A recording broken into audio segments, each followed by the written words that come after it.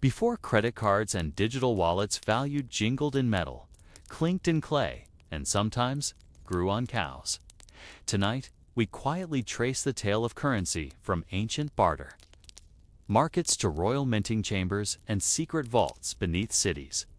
It's the slow evolution of trust in trade, shaped not by wealth but by whispers, weight, and worn-out coins passed from hand to hand. If drifting through the soft clatter of history's currencies brings you peace, you're exactly where you need to be. Subscribe now and tap the bell icon to follow more forgotten paths of everyday things told gently with care. Before we continue, I'd love to know, where are you listening from and what time is it for you right now? It's always amazing to see how far our quiet little stories are reaching. You are walking through a settlement that existed 8,000 years ago, where the morning air carries the scent of wood smoke and the distant sound of animals stirring.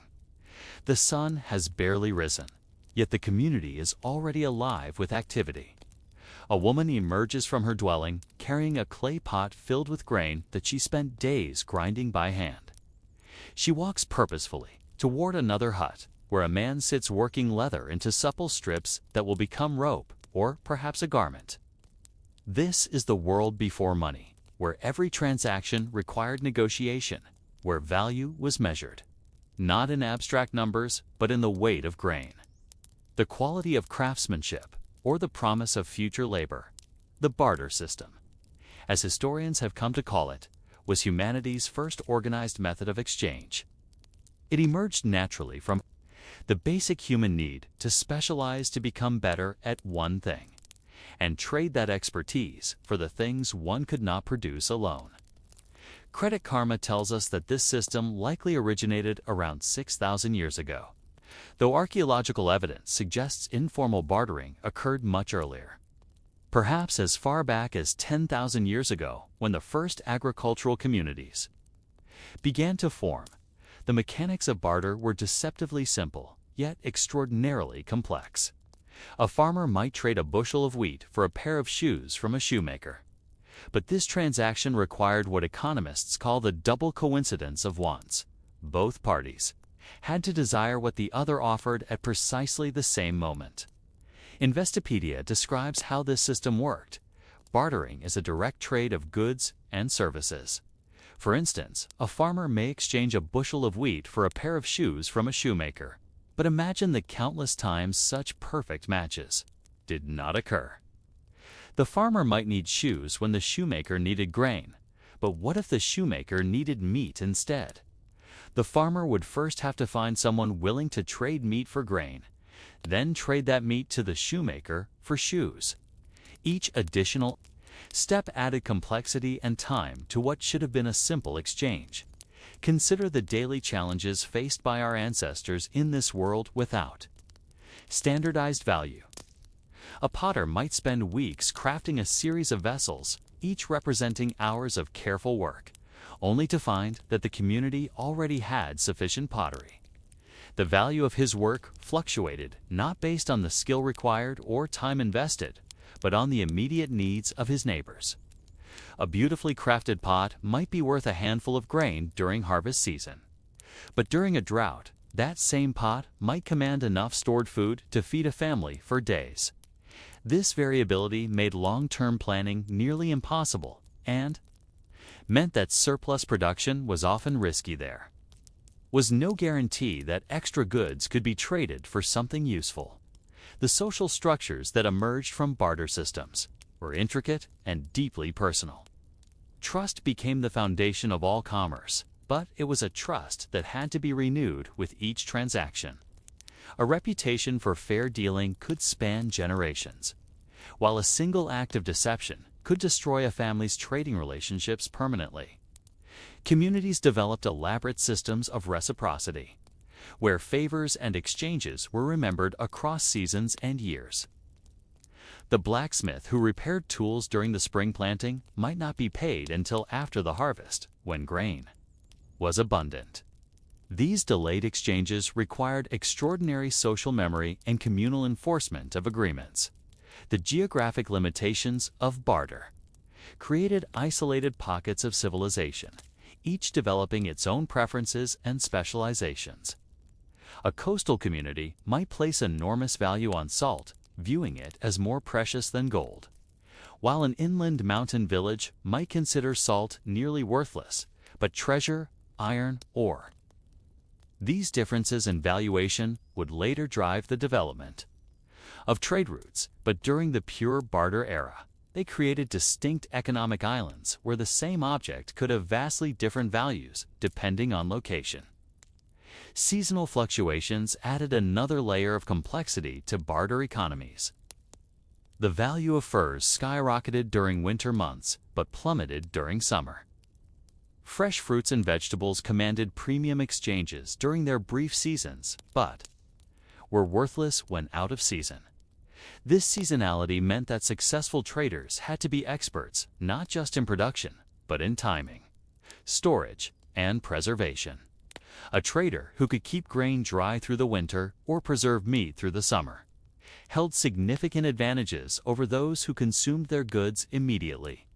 The barter system also created unique forms of inequality that would echo through economic history. Those who controlled scarce resources, perhaps a skilled toolmaker, or someone with access to a reliable water source, could command increasingly favorable exchanges. Over time, these advantages compounded, creating the first proto-wealthy classes, yet this wealth was always precarious, tied directly to continued production and the ongoing needs of the community. A skilled craftsman who became too old to work might find his accumulated advantages evaporating as quickly as they had been built. Archaeological evidence from sites around the world reveals the sophistication that barter systems eventually achieved. At Catalyak, a Neolithic settlement in modern-day Turkey, researchers have found evidence of extensive trading networks that brought obsidian from volcanic regions hundreds of miles away. The residents clearly valued this volcanic glass for its superior cutting properties, and they were willing to trade precious food resources to obtain it. Similar evidence exists at sites across every continent, suggesting that even in the earliest human settlements, the desire to exchange goods for mutual benefit was a universal human trait. The psychological aspects of barter created entirely different relationships with material possessions than we experience today. Each object carried with it the memory of its acquisition, the negotiation, the relationship with the person who provided it, and the sacrifice made to obtain it. A knife wasn't just a tool. It was a reminder of the grain given to the metalworker, the conversation about its design, and the trust placed in the craftsman's skill. This personal connection to possessions created a more mindful approach to consumption, where every acquisition was deliberate and meaningful. But perhaps the most fascinating aspect of barter systems was their inherent instability. They worked beautifully for small, stable communities where everyone knew everyone else and trust could be maintained through social pressure. However, as communities grew and trade expanded beyond the immediate social group, the limitations became increasingly apparent. The time required for complex multi-party exchanges, the difficulty of storing certain types of goods, and the impossibility of making precise valuations all pointed toward the need for a more sophisticated system. What questions would arise from this primitive yet sophisticated system? How could communities maintain fairness when the value of goods fluctuated so dramatically? What happened when a skilled craftsman became too old to work, or when a harvest failed and food became scarce? How did communities handle disputes over the fairness of exchanges, and what mechanisms existed to ensure that agreements made in the spring would be honored in the fall? The limitations of pure barter inevitably led to one of humanity's most important innovations, the development of commodity money. But this transition didn't happen overnight, nor did it occur uniformly across the globe. Instead, it emerged gradually, as communities began to recognize that certain goods were more universally desired and more suitable for exchange than others. you are now witnessing the birth of the first universal medium of exchange, a development that would fundamentally alter the structure of human society. The process began with a recognition that some goods possessed what economists would later call superior exchange properties. These were items that were durable, portable, divisible, and universally desired. Salt, for instance, was essential for food preservation and human health. Unlike fresh produce, which rotted quickly, salt could be stored indefinitely. Unlike livestock, which required feeding and care, salt was stable and easy to transport. Unlike pottery, which might break, salt was resilient and could be divided into smaller quantities without losing its essential properties. Credit karma explains that a type of currency slowly developed over the centuries that involved easily traded items like animal skins, salt, and weapons. These traded goods served as the medium of exchange, even though the value of each of these items was still negotiable in many cases. This observation captures the crucial transitional nature of commodity money. It was money, but it was also still a useful good in its own right. The emergence of cattle as a form of money provides a particularly rich example of how commodity money developed. Cattle were valuable because they provided multiple benefits. They could be used for labor, they produced milk, and they could ultimately be slaughtered for meat and hides. Their value was relatively stable because these uses were universal across agricultural communities. However, cattle also presented unique challenges as a medium of exchange. They were large, difficult to transport, and couldn't be easily divided. You couldn't give someone half a cow for a smaller transaction. This led to the development of subsidiary forms of money for smaller exchanges, creating what was essentially a multi-tiered currency system. The geographic distribution of commodity money reveals fascinating insights into early human values and priorities. In the American Pacific Northwest, indigenous peoples used dentalium shells as money, valuing them so highly that strings of these shells were buried with the dead.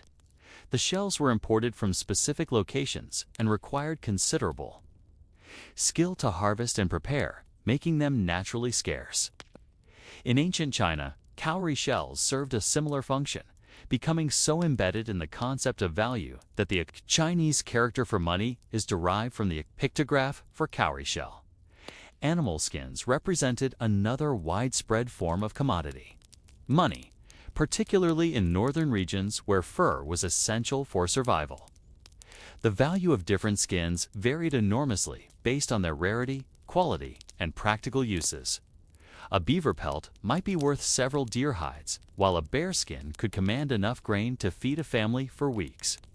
This system required extensive knowledge of animal behavior, hunting techniques, and skin preparation knowledge that became valuable currency in itself.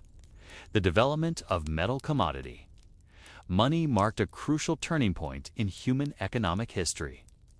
Unlike organic materials, metals were durable, divisible, and could be worked into various forms. Copper, bronze, and eventually iron became widely used as commodity money. But it was the discovery of silver and gold that truly revolutionized exchange systems. These precious metals possessed the ideal combination of rarity, durability, and workability that made them perfect for serving as money while also being valuable for decorative and ceremonial purposes. The transition to metal. Commodity money wasn't uniform across regions or time periods. In some areas, bronze tools and weapons continued to serve as money long after gold and silver had been adopted elsewhere. This created complex exchange rates between different regions. Traders had to navigate not just different languages and customs, but entirely different concepts of value. A gold ornament that represented tremendous wealth in one region might be traded for iron tools in another, where practical utility was valued more highly than decorative beauty. Archaeological evidence from the ancient world reveals the sophistication of commodity money systems. At sites throughout the Mediterranean, archaeologists have found carefully standardized weights and measures for precious metals, suggesting that communities had developed precise systems for determining value.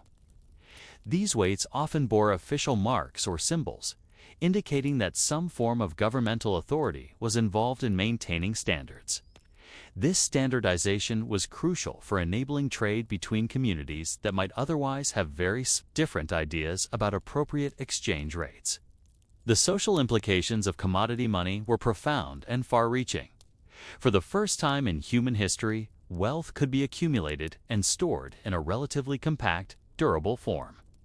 This accumulation of wealth led to the development of more complex social hierarchies, as those who controlled sources of commodity money or were skilled in its use could achieve positions of power and influence.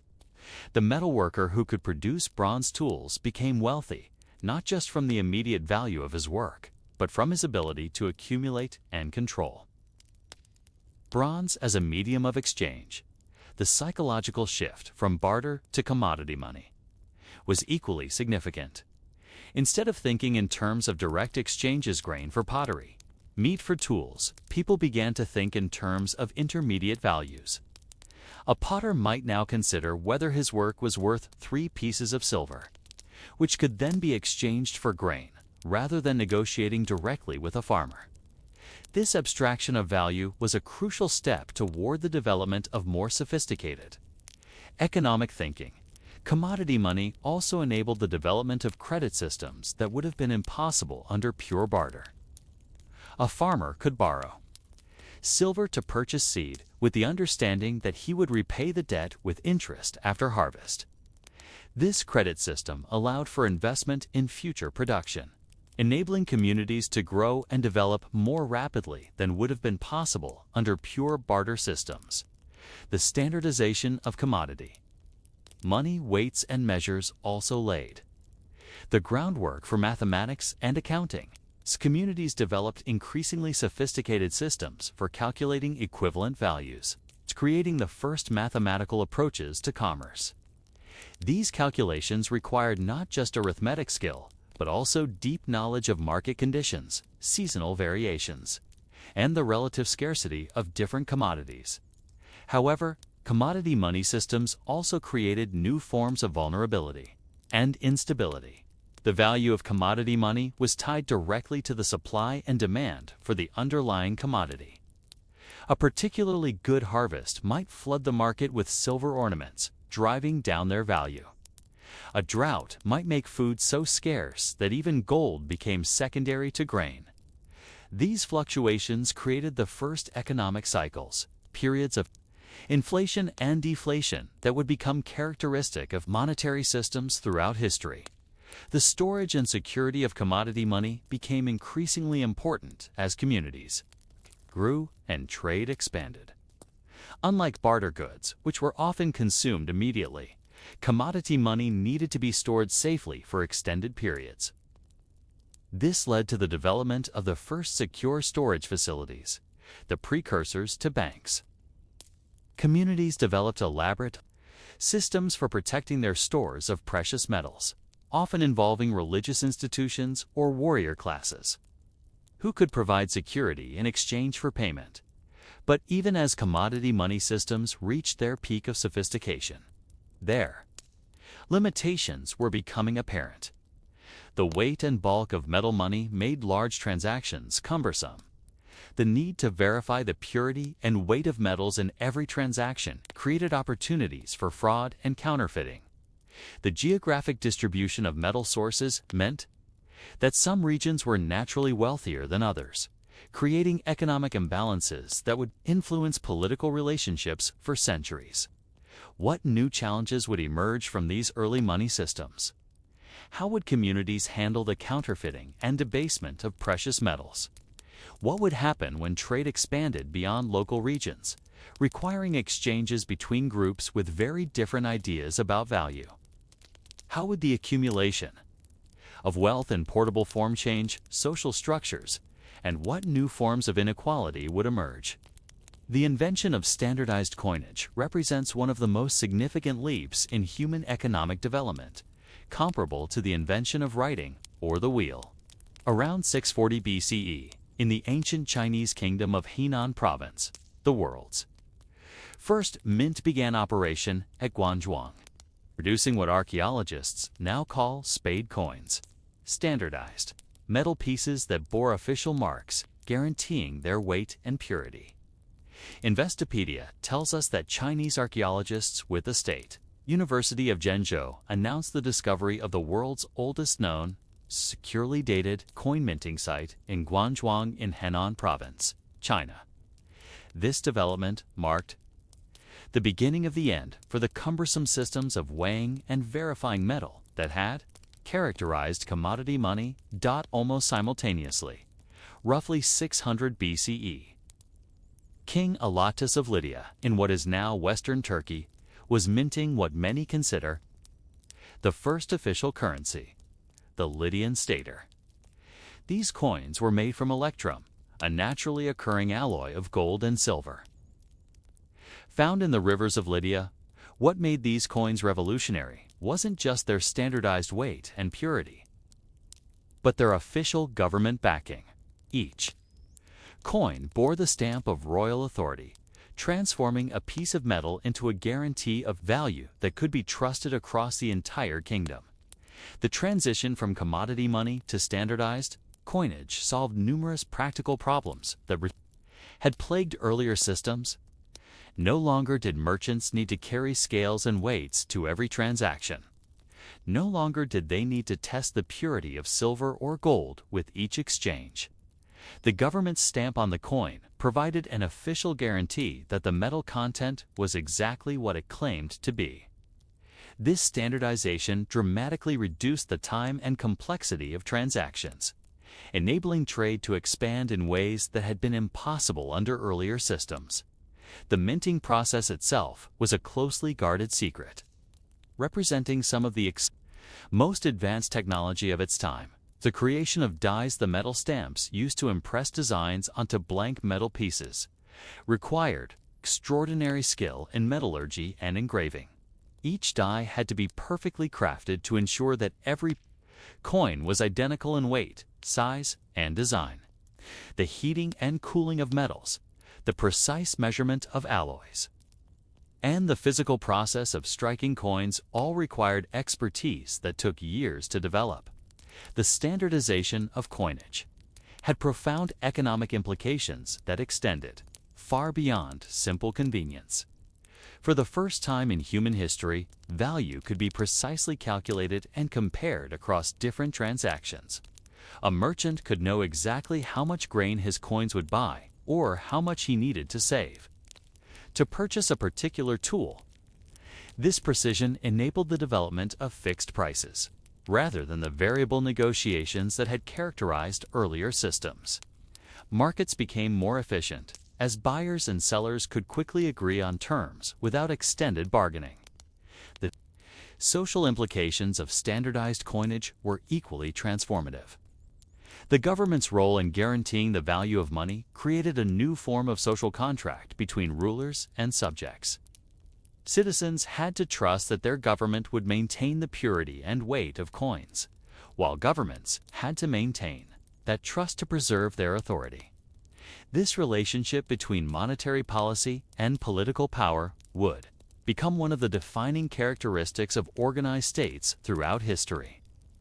The artistic and cultural significance of early coins cannot be overlooked. These small pieces of metal became canvases for expressing national identity, religious beliefs, and political power. The images stamped on coins, gods, rulers, animals, and symbols were among the most widely distributed art forms in the ancient world. A coin featuring the image of a particular ruler could spread that ruler's likeness across thousands of miles, creating a form of political propaganda that was both durable and valuable. The geographic spread of coinage technology reveals the interconnected nature of the ancient world. From its origins in Lydia and China, coinage spread rapidly across trade routes, adapted and modified by each culture that adopted it. The Greeks developed coins featuring their patron deities. The Romans created a complex system of bronze, silver, and gold denominations. and various kingdoms across Asia and Europe developed their own distinctive styles and standards. The technical challenges of early coinage were immense and led to continuous innovation. Maintaining consistent weight and purity required precise control of metallurgical processes. Creating dies that could withstand repeated striking without wearing out demanded advances in metalworking technology. Preventing counterfeiting required increasingly sophisticated design elements and security features. These technical challenges drove innovation in metallurgy engraving and manufacturing that would influence technological development for centuries. The economic effects of standardized coinage were felt almost immediately. Trade volume increased dramatically as transaction costs fell. Merchants could now calculate profits and losses with precision, enabling more sophisticated business planning.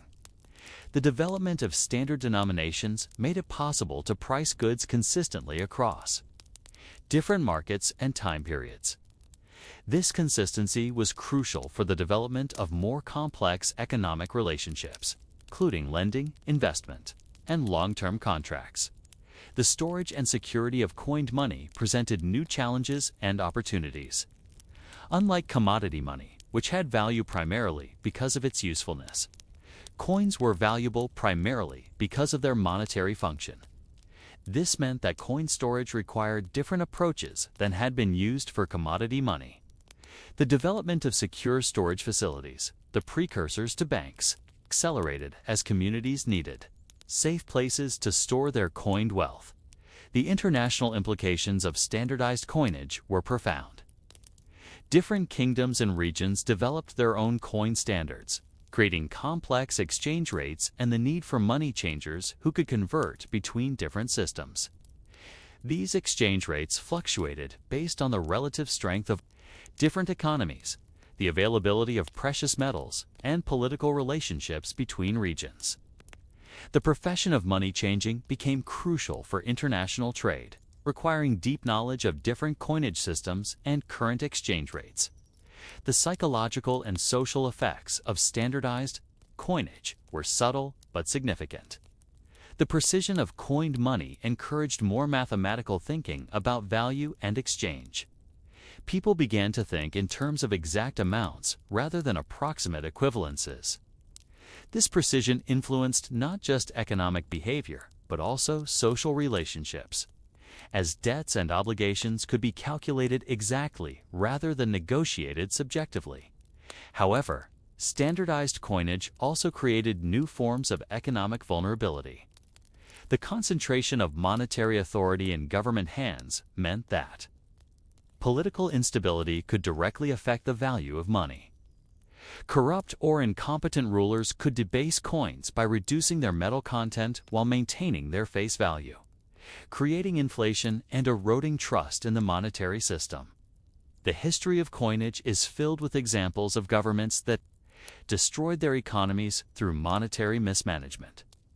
The counterfeiting of coins became a persistent problem that required constant vigilance and innovation.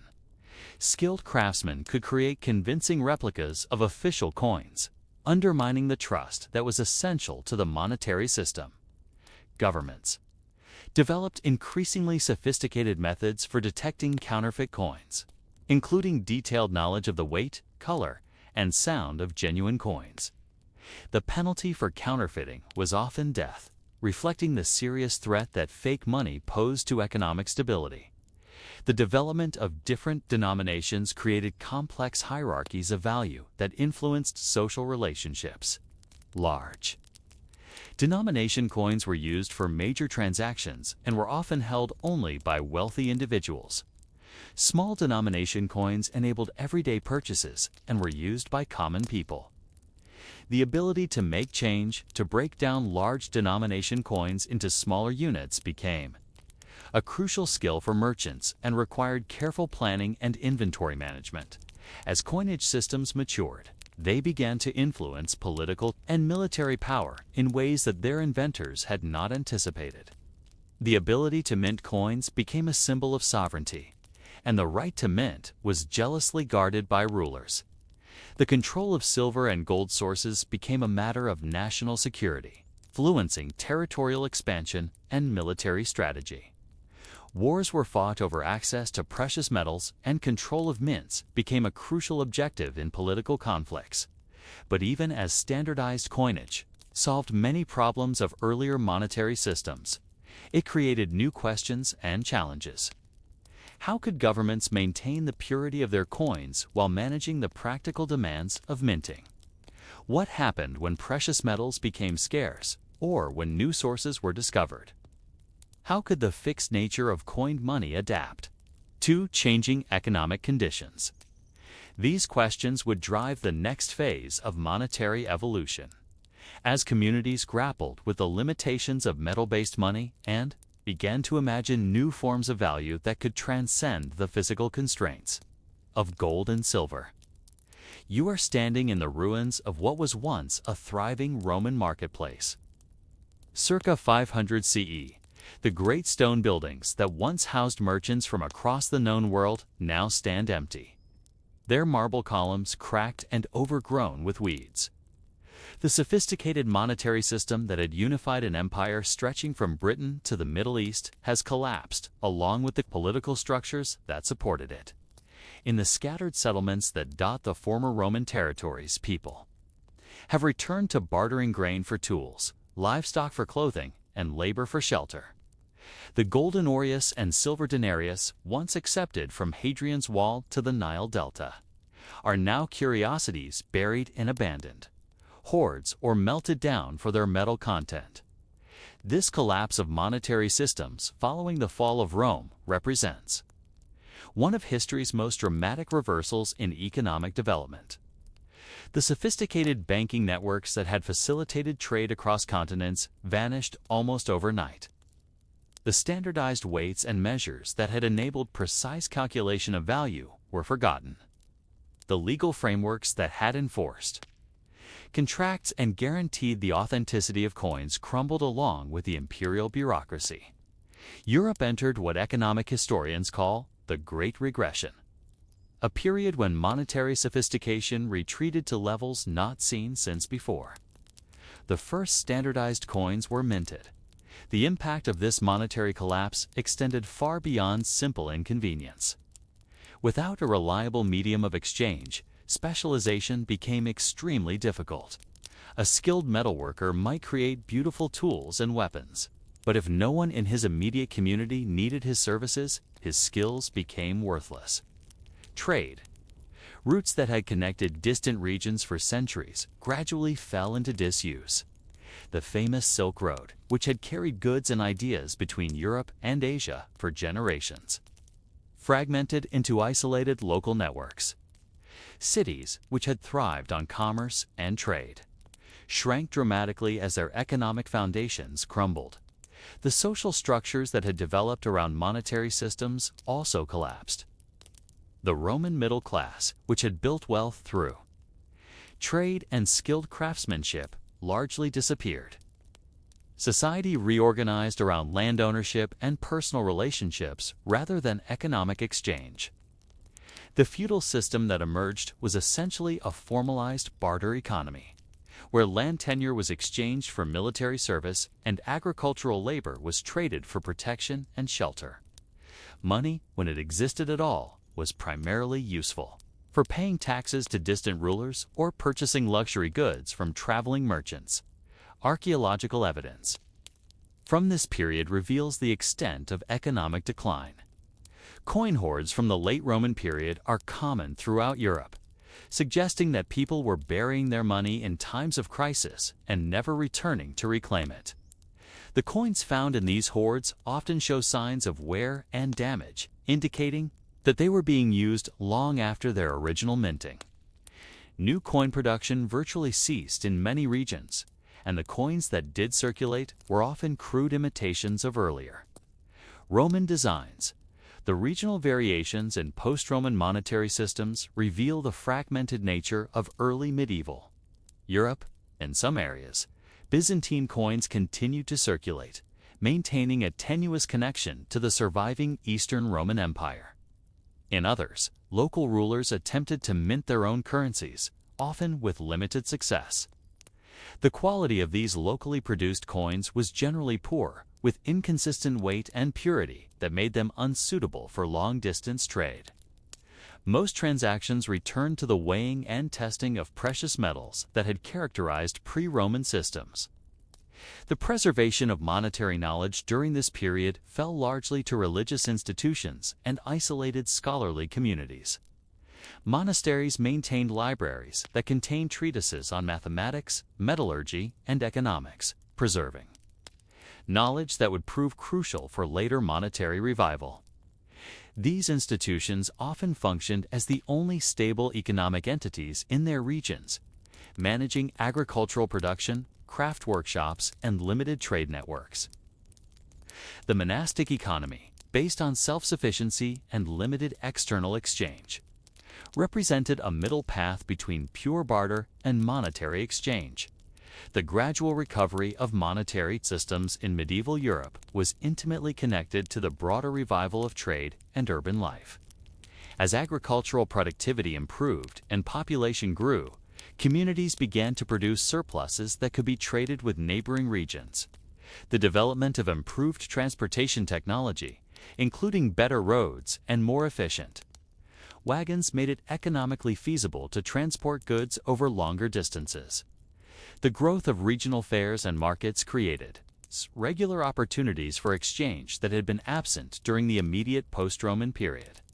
The role of Jewish communities in preserving and reviving monetary knowledge cannot be overstated, having maintained commercial networks that transcended political boundaries. Jewish merchants and scholars preserved practical knowledge of currencies, exchange rates, and banking practices that had been lost in many Christian communities. Their expertise in mathematics and accounting, combined with their international connections, made them indispensable to the revival of monetary systems. However, this expertise also made them targets of suspicion and persecution, as their success in monetary matters was often viewed with mistrust by Christian authorities. The revival of silver mining in Europe during the 10th and 11th centuries provided the raw material necessary for monetary recovery. The discovery of new silver deposits in the Harz Mountains of Germany and other locations provided the bullion needed to support expanded coin production. Unlike the complex gold-based systems of the Roman Empire, medieval monetary systems were primarily based on silver, which was more abundant and better suited to everyday transactions.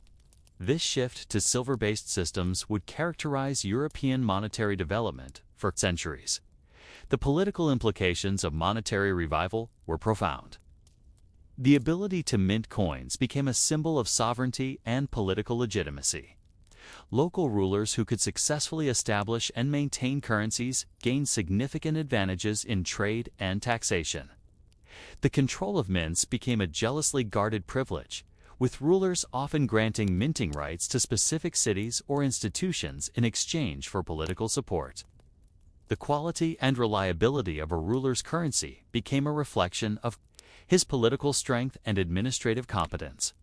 The technological challenges of reviving coin production required significant innovation and investment. The metallurgical knowledge needed to create consistent alloys had been largely lost during the preceding centuries.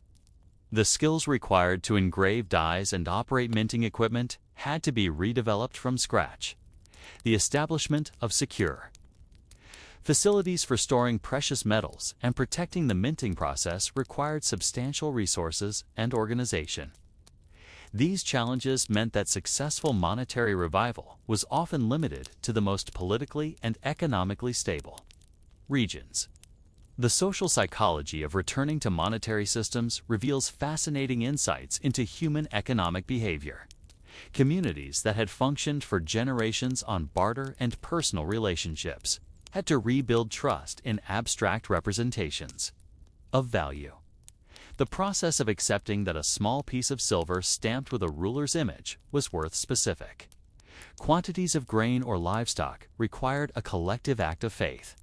This transition was facilitated by the gradual introduction of coins into existing barter networks, allowing people to become familiar with monetary exchange before it became dominant. The legal frameworks that supported monetary systems also required substantial rebuilding. The Roman legal codes that had governed commercial transactions were largely forgotten or irrelevant to medieval conditions. New legal systems had to be developed to handle disputes over currency, enforce contracts, and prevent counterfeiting. The establishment of standard weights and measures required coordination between different political authorities, often necessitating complex negotiations and agreements. The international dimensions of monetary revival were equally complex. Different regions developed their own currency standards, creating a patchwork of monetary systems that made interregional trade difficult. The development of exchange rates and currency conversion practices required sophisticated mathematical knowledge and practical experience. The profession of money changing emerged as a crucial intermediary between different monetary systems, requiring deep knowledge of multiple currencies and current market conditions. But perhaps the most significant challenge facing medieval monetary revival was the question of trust and authority. In a world where political structures were fragmented and constantly changing, what institution could guarantee the value of money? How could communities ensure that their currency would be accepted by distant trading partners? What mechanisms could prevent the debasement and counterfeiting that had characterized the final decades of the Roman Empire? The transformation of medieval Europe's monetary landscape accelerated dramatically with the rise of Charlemagne and the Carolingian dynasty. In the late 8th century, as you witness the coronation of Charlemagne as Holy Roman Emperor on Christmas Day 800 CE, you are observing more than a political ceremony. You are witnessing the birth of a monetary revolution that would reshape European commerce for the next 5 centuries.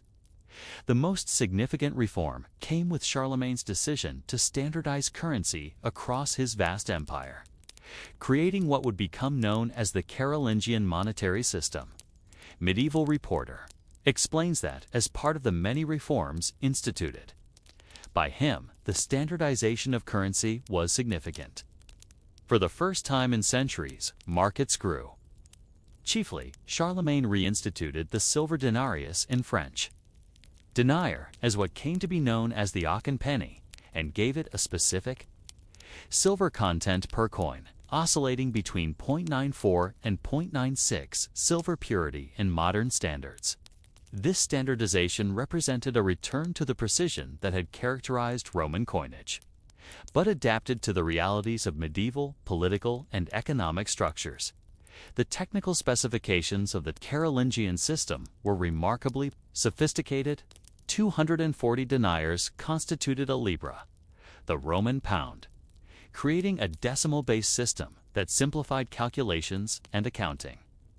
The silver content was carefully controlled, with each coin containing between 94 and 96% pure silver. This level of purity was achieved through advanced metallurgical techniques that had been developed and refined over centuries of experimentation.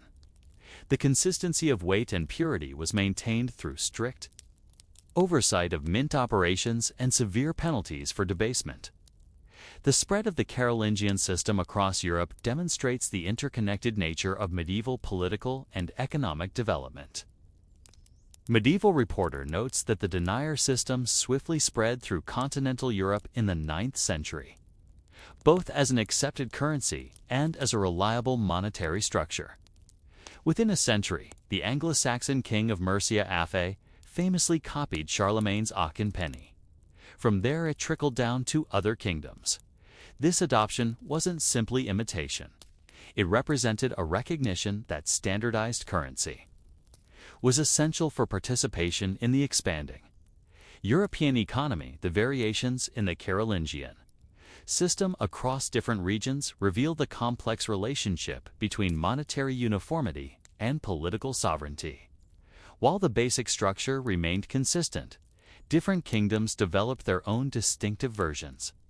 In Spain, the system evolved into the penique, while in Germany, it became the pfennig. Each variation maintained the essential characteristics of standardized weight and purity, while incorporating local political and cultural elements. This balance between uniformity and distinctiveness would become a characteristic feature of medieval monetary systems. The economic impact of the Carolingian monetary reform was immediate and profound. Standardized currency dramatically reduced transaction costs and enabled more complex forms of economic organization. Merchants could now calculate profits and losses with precision, plan long-term investments, and establish credit relationships that had been impossible under previous systems. The development of fixed prices rather than variable negotiations made markets more efficient and predictable. Agricultural surplus could be more easily converted into other forms of wealth, encouraging increased production and specialization. The social implications of standardized currency extended far beyond economic convenience. The guarantee of value provided by royal authority created a new form of social contract between rulers and subjects. Citizens had to trust that their government would maintain the integrity of the currency, while governments had to demonstrate their reliability through consistent monetary policy. This relationship between monetary authority and political legitimacy would become one of the defining characteristics of medieval statecraft. The rise of banking institutions during the Carolingian period represented a natural evolution of the expanding monetary system. As trade volume increased and transactions became more complex, the need for specialized financial services became apparent. The etymology of the word bank itself reflects this development. Medieval Reporter explains that early bankers would literally set up benches and tables at city squares, or shops if they were more consolidated, during market days or at fairs, and promotes their financial services. These benches, or bancos in Italian, gave their name to the institutions that would revolutionize medieval finance.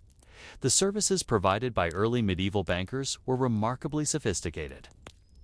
Considering the technological limitations of the time, money changing was the most basic service.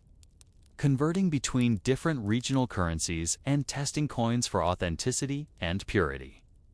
This service was essential in an era when dozens of different currencies might circulate in a single market. The knowledge required for effective money changing was extensive, including familiarity with the weight, purity, and current exchange rates of numerous different coins. The development of credit instruments during this period represented one of the most significant innovations in financial history. Rather than requiring merchants to transport heavy and vulnerable coin shipments across long distances, bankers developed letters of credit that could be honored by correspondents in distant cities. Medieval Reporter describes how merchants could write a check instructing his bank in Brussels to transfer an agreed-upon fee to complete transactions without moving physical currency. This innovation dramatically reduced both the cost and risk of long-distance trade. The establishment of banking networks across Europe required unprecedented levels of coordination and trust. Banks had to maintain correspondence in multiple cities, establish agreed-upon exchange rates, and develop secure methods for communicating financial information. The speed of these communications was crucial for maintaining current exchange rates and preventing fraud. Medieval Reporter notes that already in the 13th century, bankers had established dedicated networks throughout Europe, with subsidiaries facilitating the transfer of large sums and speedy couriers to assist them. The geographic distribution of medieval banking centers reveals the importance of location in financial success. Cities at the intersection of major trade routes, such as Bruges, Florence, and Venice, became natural centers for banking activity. These cities offered the combination of commercial volume, political stability, and skilled workforce necessary for sophisticated financial operations. The concentration of banking in these centers created positive feedback loops. As the presence of financial services attracted more commerce, which in turn supported more advanced financial institutions, the regulatory framework for medieval banking developed gradually and often reactively. Unlike modern banking, which operates under comprehensive legal codes. Medieval banking existed in a largely unregulated environment. This freedom allowed for rapid innovation and experimentation, but it also created opportunities for fraud and abuse. The failure of banking houses could have catastrophic effects on entire regions. As depositors and creditors lost their investments, the development of banking regulation was often driven by these failures. As authorities sought to prevent future crises, the role of religious institutions in medieval banking was complex and often contradictory. The Catholic Church's prohibition on usury, the charging of interest on loans, create significant challenges for banking development. However, bankers developed sophisticated methods for circumventing these restrictions, including currency exchange transactions that embedded interest charges and partnership arrangements that shared profits rather than charging fixed interest. Jewish communities, which were not bound by Christian usury laws, often played crucial roles in providing credit services. The technological innovations required for medieval banking were substantial and wide-ranging. The development of double-entry bookkeeping, which arrived in Europe through contact with Islamic and Byzantine trading networks, revolutionized accounting practices. The adoption of Arabic numerals replaced the cumbersome Roman numeral system, making calculations faster and more accurate. The improvement of writing materials and techniques enabled the creation of durable financial records that could be maintained over long periods. The international implications of medieval banking were profound and far-reaching. The establishment of banking networks created the first truly international financial institutions, with operations spanning multiple kingdoms and languages. These networks facilitated not just commercial exchange, but also the transfer of knowledge, technology, and cultural practices. The movement of silver and gold through banking channels influenced exchange rates and economic conditions across entire continents. The social mobility enabled by banking represented a significant departure from traditional feudal structures. Successful bankers could accumulate wealth that rivaled or exceeded that of landed nobility, creating new forms of social hierarchy based on financial rather than agricultural wealth. The investment of banking profits in land, political influence, and cultural patronage created powerful merchant dynasties that would shape European development for centuries. The risks inherent in medieval banking were substantial and poorly understood. The lack of deposit insurance or regulatory oversight meant that bank failures could wipe out the savings of entire communities. The interconnected nature of banking networks meant that problems in one region could quickly spread to others. The dependence on personal relationships and trust made banking particularly vulnerable to political instability and social upheaval.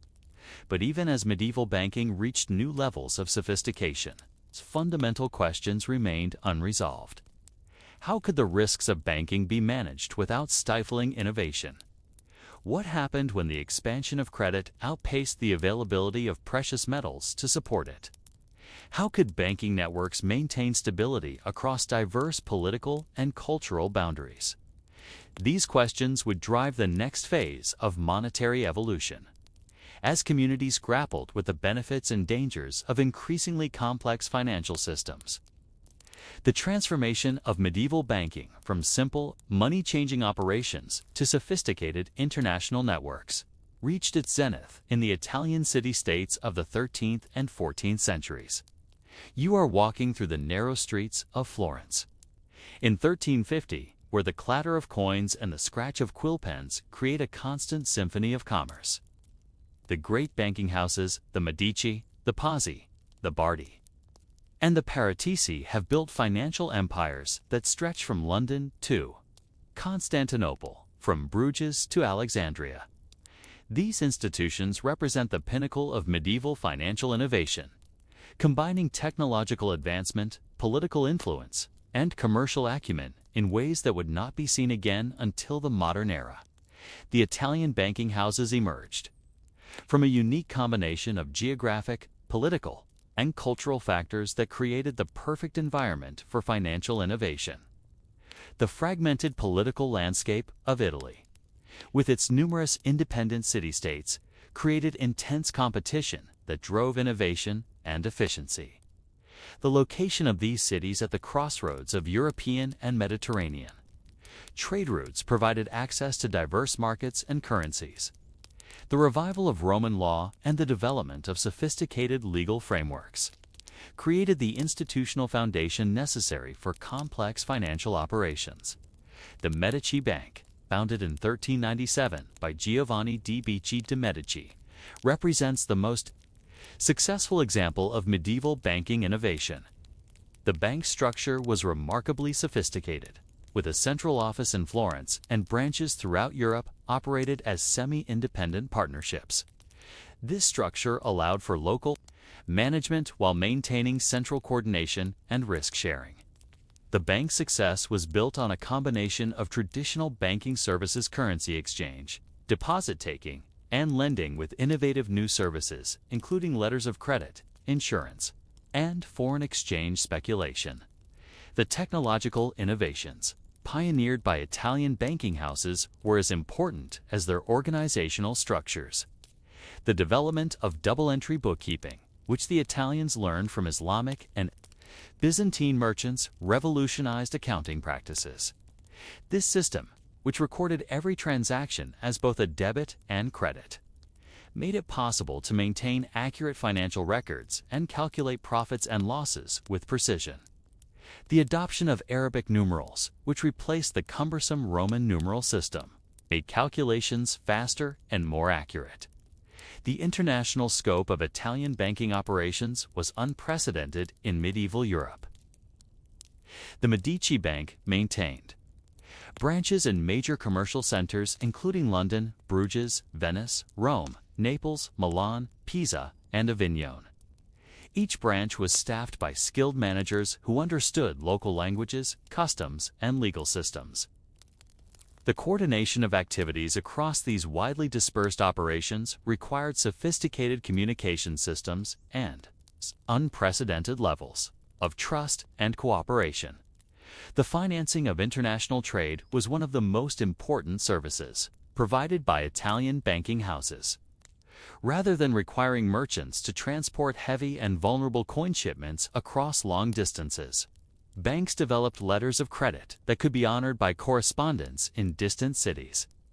These instruments not only reduced the physical risks of trade but also enabled more complex multi-party transactions. A merchant in London could purchase goods in Florence using credit instruments that would be settled through banking networks without any physical movement of currency. The relationship between Italian banking houses and political power was complex and often dangerous. Banks provided crucial services to rulers, including tax collection, military financing, and diplomatic payments. The Medici Bank, for example, served as the papal bank for several decades, managing the complex financial affairs of the Catholic Church.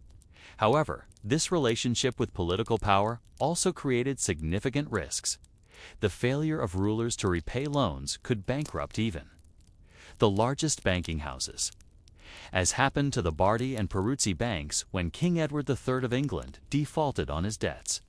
The cultural and artistic patronage of Italian banking houses was one of the most visible signs of their wealth and influence. The Medici family, in particular, became synonymous with Renaissance art and culture, supporting artists like Michelangelo, Donatello, and Brunelleschi.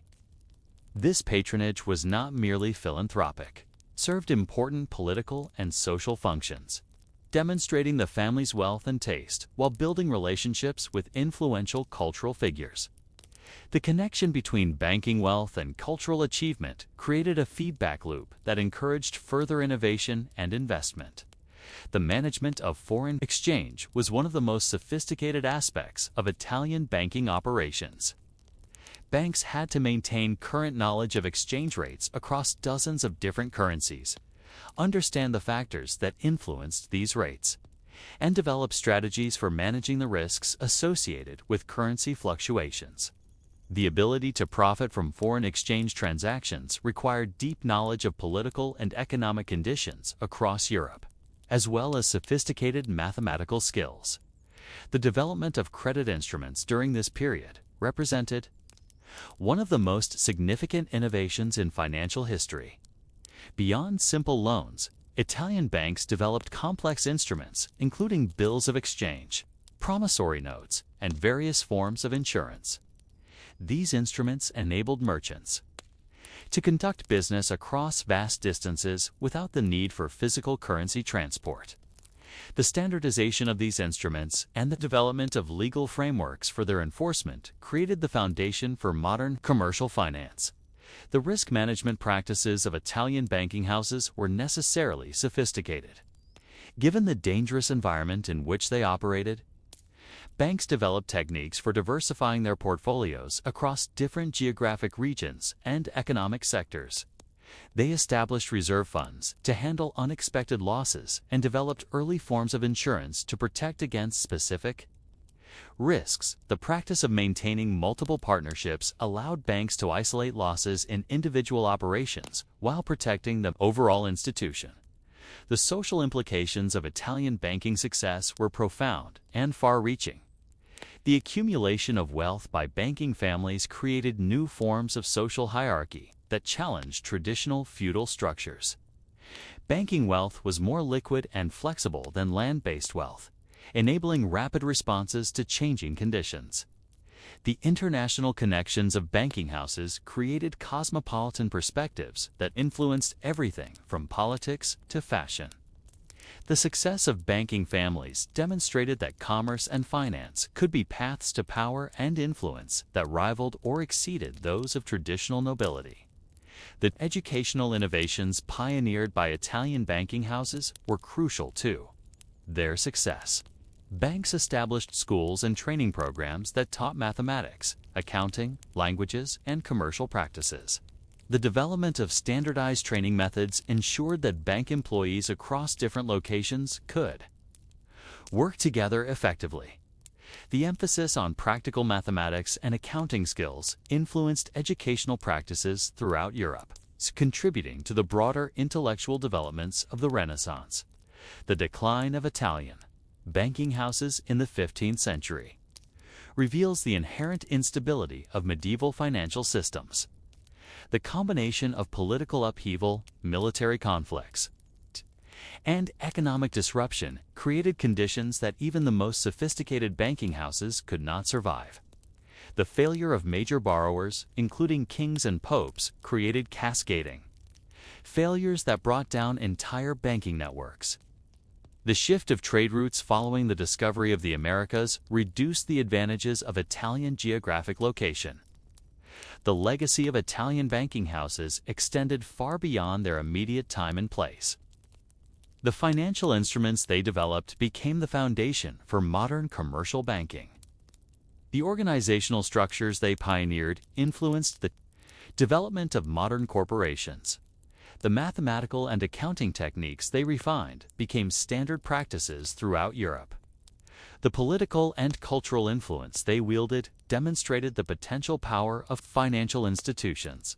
The lessons learned from the rise and fall of Italian banking houses would influence financial development for centuries.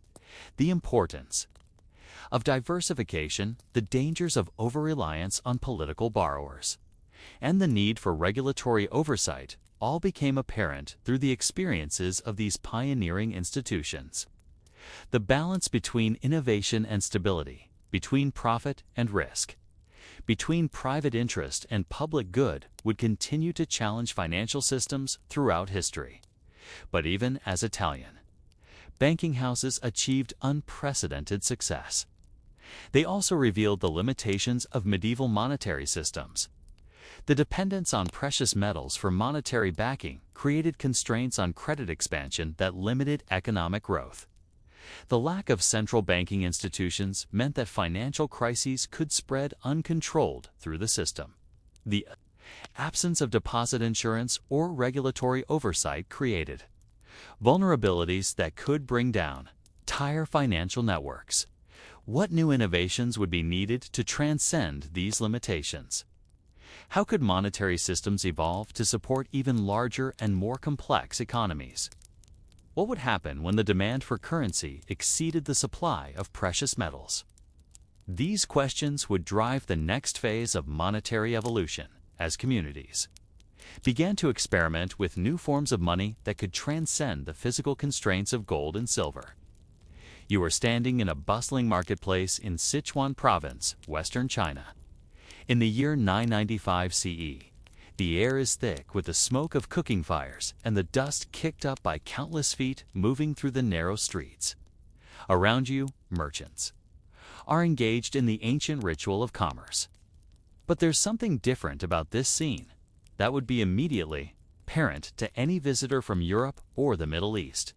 While traders elsewhere in the world are still weighing silver ingots and testing the purity of gold coins, here in Sichuan, many transactions are being conducted with pieces of paper, delicate, seemingly worthless pieces of paper that people treat with the same reverence they might show to precious metals. The invention of paper money in China represents one of history's most revolutionary leaps in monetary thinking.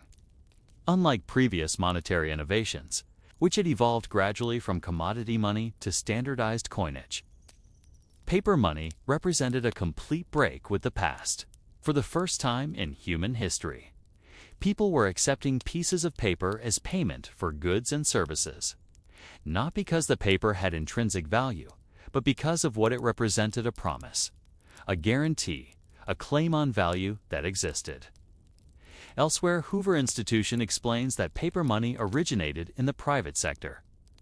At the end of the 10th century, financial firms in Sichuan and Western China began to issue paper money known as jiaozi in return for deposits of coin, silk, and other assets. This origin in private enterprise is crucial to understanding both the innovation and the problems that would plague paper money throughout its history.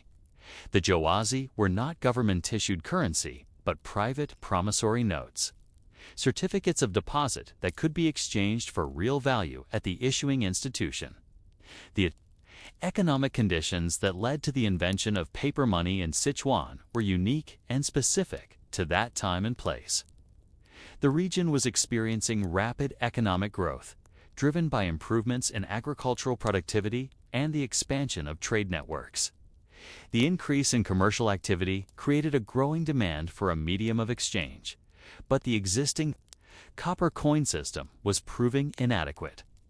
Copper coins were heavy and bulky, making large transactions extremely cumbersome. A major purchase might require carrying hundreds of pounds of copper coins, creating obvious practical problems for merchants and consumers alike. The iron coins that circulated in Sichuan presented even greater challenges. Iron was more abundant than copper, which made the coins less valuable and therefore required in even greater quantities for significant transactions. The weight and bulk of iron coins made them virtually unusable for major commercial activities. A wealthy merchant might need a wagon just to transport enough iron coins for a single large purchase. The inconvenience was so great that it was stifling commercial development and limiting economic growth. The financial firms that began issuing jiaozi were responding to a genuine market need, but they were also taking unprecedented risks. These institutions were essentially promising to exchange paper certificates for real value on demand. The success of this system depended entirely on public confidence in the issuing institutions and their ability to maintain adequate reserves to meet withdrawal demands. This was a revolutionary concept that required a level of trust and sophistication that had never before been attempted in human history. The design and production of the first paper money required remarkable technical innovation. The paper itself had to be carefully manufactured to prevent counterfeiting while remaining cost-effective to produce. The Chinese had already developed sophisticated paper-making techniques, but creating paper money required additional security features.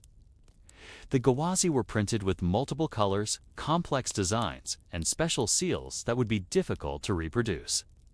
The printing process itself was a closely guarded secret, known only to a small number of skilled craftsmen.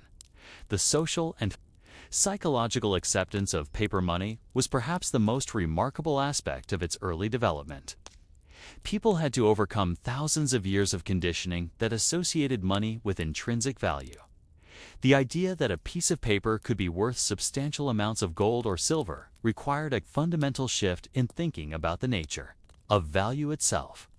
This transition was facilitated by the gradual introduction of paper money alongside existing metallic currency, allowing people to become familiar with the concept before it became dominant. The economic advantages of paper money were immediately apparent to those who used it. Merchants could conduct large transactions without the physical burden of transporting heavy coins. The paper certificates could be easily stored, transported, and transferred. The cost of producing paper money was a fraction of the cost of minting metallic coins, making it economically efficient for both issuers and users. The ability to create money in precise denominations eliminated the need for complex calculations and change-making that had characterized metallic currency systems. The regulatory challenges presented by private paper money were unprecedented and largely unrecognized at the time. The issuing institutions operated without government oversight or standardized accounting practices. There were no requirements for reserve ratios, no standards for backing paper money with metallic reserves, and no mechanisms for preventing overissuance. The success of the system depended entirely on the honesty and competence of individual institutions, creating vulnerabilities that would eventually prove catastrophic. The geographic expansion of paper money within China was gradual, but persistent. Initially confined to Sichuan province, the use of jiaozi began to spread to neighboring regions as merchants and traders recognized its advantages. The expansion was facilitated by the development of networks of correspondent institutions that could honor paper money issued in distant locations. This network effect was crucial to the success of paper money, as it created a system that transcended local boundaries and enabled interregional commerce. The counterfeiting of paper money became a persistent problem almost from the beginning. The relative ease of reproducing paper documents compared to metallic coins created new opportunities for fraud. The authorities developed increasingly sophisticated techniques for detecting counterfeit money, including detailed knowledge of paper quality, printing techniques, and security features. The penalties for counterfeiting were severe, often including death, reflecting the serious threat that fake money posed to the entire economic system. The relationship between paper money and government authority was complex and evolving. While the initial jiaozi were private instruments, the government quickly recognized both the advantages and the dangers of paper money. The ability to create money without the constraints of metallic reserves offered enormous fiscal advantages, but it also created risks of inflation and economic instability. The government's eventual takeover of paper money issuance was driven by both fiscal necessity and the recognition that monetary policy was too important to leave to private institutions. The mathematical and accounting challenges presented by paper money were substantial. Institutions had to develop new methods for tracking the amount of paper money in circulation, maintaining adequate reserves, and calculating appropriate exchange rates with metallic currency. The complexity of these calculations required advances in mathematics and accounting that influenced broader intellectual development. The need for precise record-keeping drove improvements in writing systems and administrative practices. The international implications of Chinese paper money were limited by the isolation of the Chinese economy and the lack of international trade networks that could have facilitated its spread. However, the knowledge of paper money techniques eventually reached other parts of Asia and, centuries later, Europe. The transmission of this knowledge was facilitated by diplomatic missions, trade contacts, and the movement of skilled craftsmen and scholars. The social stratification effects of paper money were subtle but significant. The institutions that successfully issued paper money accumulated enormous wealth and influence, creating new forms of economic elite. The ability to create money gave these institutions unprecedented power over the economy, power that had previously been held only by governments. The concentration of monetary authority in private hands created new forms of inequality and social tension. The religious and philosophical implications of paper money were profound, though not always immediately recognized. The acceptance of paper money required a fundamental shift in thinking about the nature of value and reality. The idea that something could be valuable not because of its intrinsic properties, but because of what it represented, challenged traditional philosophical and religious concepts. This shift in thinking about value and representation would have far-reaching implications for philosophy, religion, and culture. But even as paper money solved many practical problems of commerce and trade, it also created new vulnerabilities and risks. Hoover Institution notes that many of these firms engaged in speculative investments and fell insolvent, unable to redeem the bills they issued. The collapse of private paper money institutions created economic chaos and eroded public confidence. In the system, government's response to these failures would determine whether paper money would continue to develop or be abandoned as too dangerous for practical use. What would happen when the government took control of paper money issuance? How could the advantages of paper money be preserved while managing the risks of overissuance and inflation? What new forms of economic instability might emerge from a monetary system based on promises rather than precious metals? The collapse of private paper money institutions in early 11th century. China created a crisis that forced the Song government to make one of the most momentous decisions in monetary history. You are witnessing the imperial court deliberations in Kaifeng in 1023 CE, where officials are debating whether to ban paper money entirely or to take control of its issuance. The decision they reach will transform not just the Chinese economy, but the entire concept of money itself. Hoover Institution explains that after efforts to regulate private paper bills failed, in 1023, the Song government took over the issue of zhuozi as state-issued paper currency. This government takeover represented the birth of the world's first official paper money system, a revolutionary departure from thousands of years of monetary practice. Unlike the private zhuozi, which had been essentially promissory notes backed by the assets of individual institutions, the new government-issued paper money was backed by the authority and resources of the imperial state. This transition from private to public money creation would establish patterns that would influence monetary systems throughout history. The immediate advantages of government-controlled paper money were substantial and quickly apparent. The state could issue paper money in standardized designs and denominations, eliminating the confusion that had resulted from multiple private issuers. The government's resources and authority provided a level of backing that private institutions could never match. The ability to coordinate monetary policy across the entire empire created opportunities for economic management that had been impossible under the fragmented private system. The technical innovations required for government paper money production were remarkable for their time. The Song government established dedicated facilities for paper money manufacturing, complete with skilled craftsmen, security measures, and quality control systems.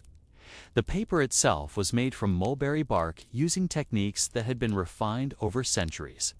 The printing process involved multiple colors, complex designs, and special seals that would be extremely difficult to counterfeit.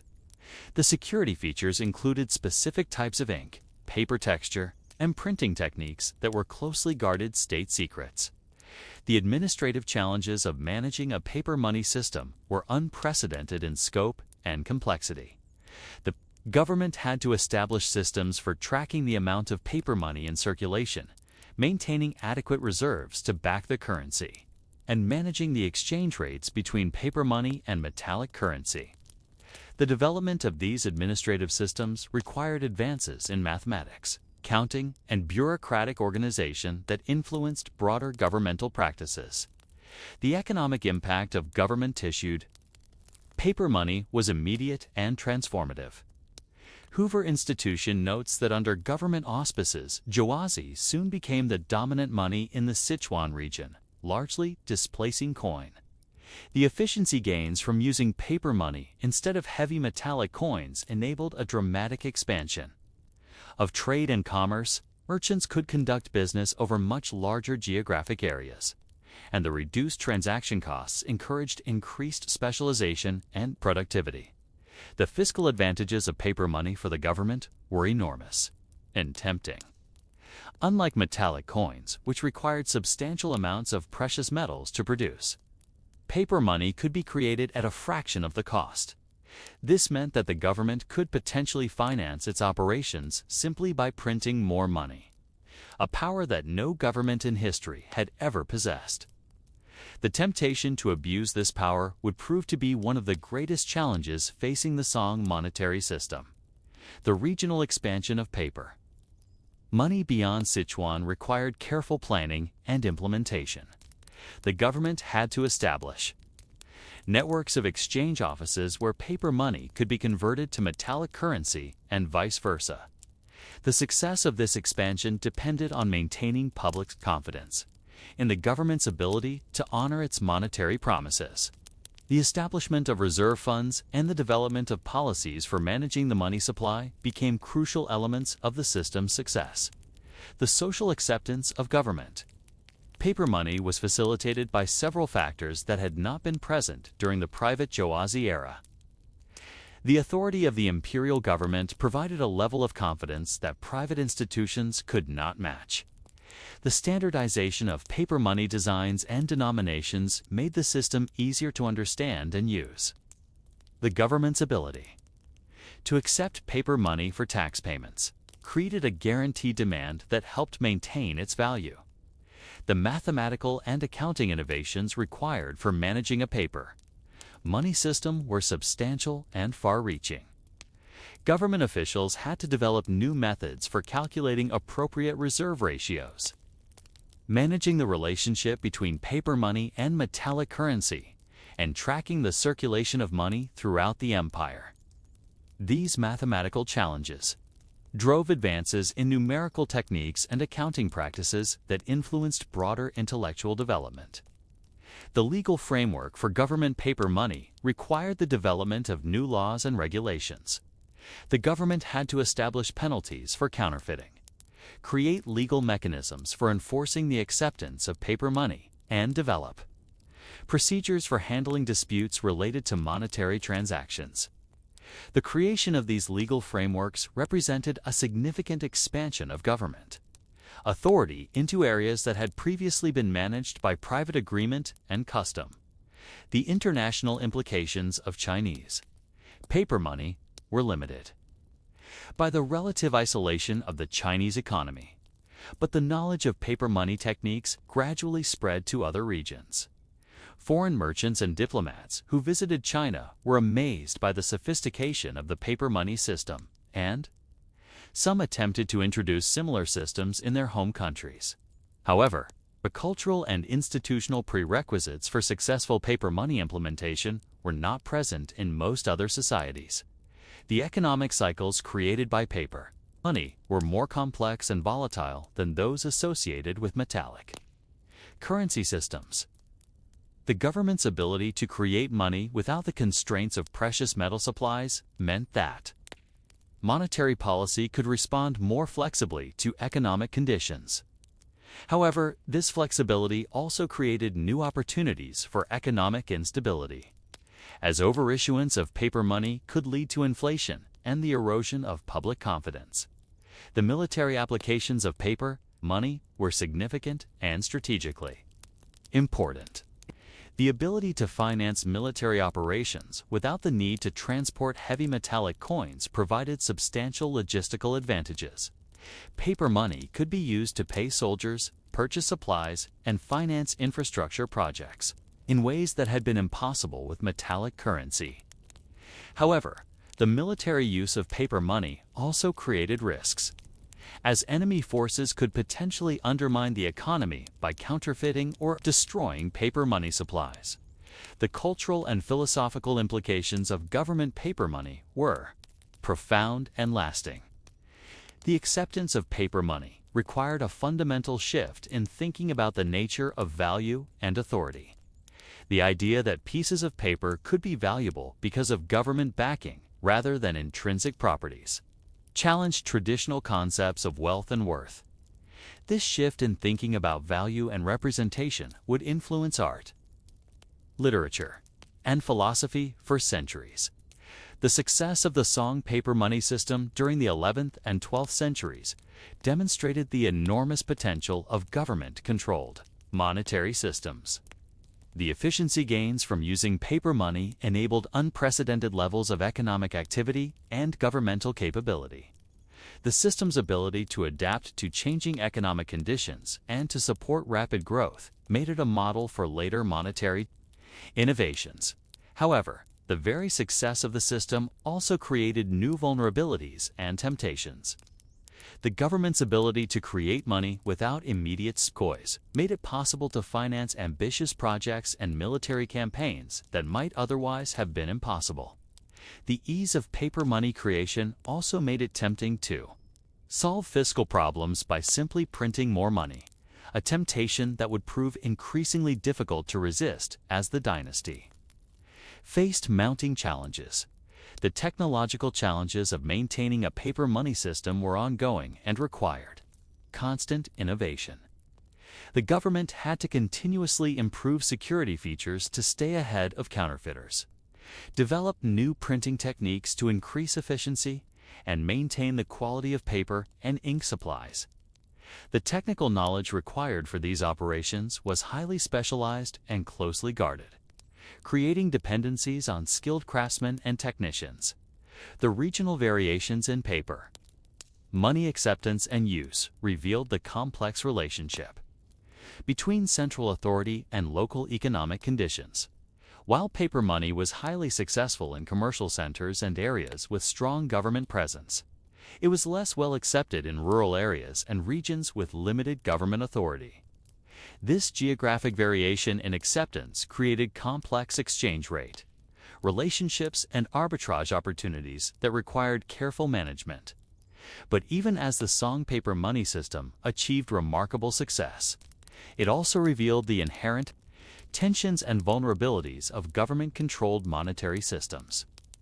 The temptation to overissue money for fiscal purposes, the challenges of maintaining public confidence over long periods, and the risks of economic instability all pointed toward future challenges that would test the system's resilience. Would the government manage these challenges? What would happen when fiscal pressures mounted and the temptation to abuse monetary power became irresistible? The story of Chinese paper money's eventual collapse is as instructive as its initial success, revealing the fundamental challenges that would plague paper monetary systems throughout history.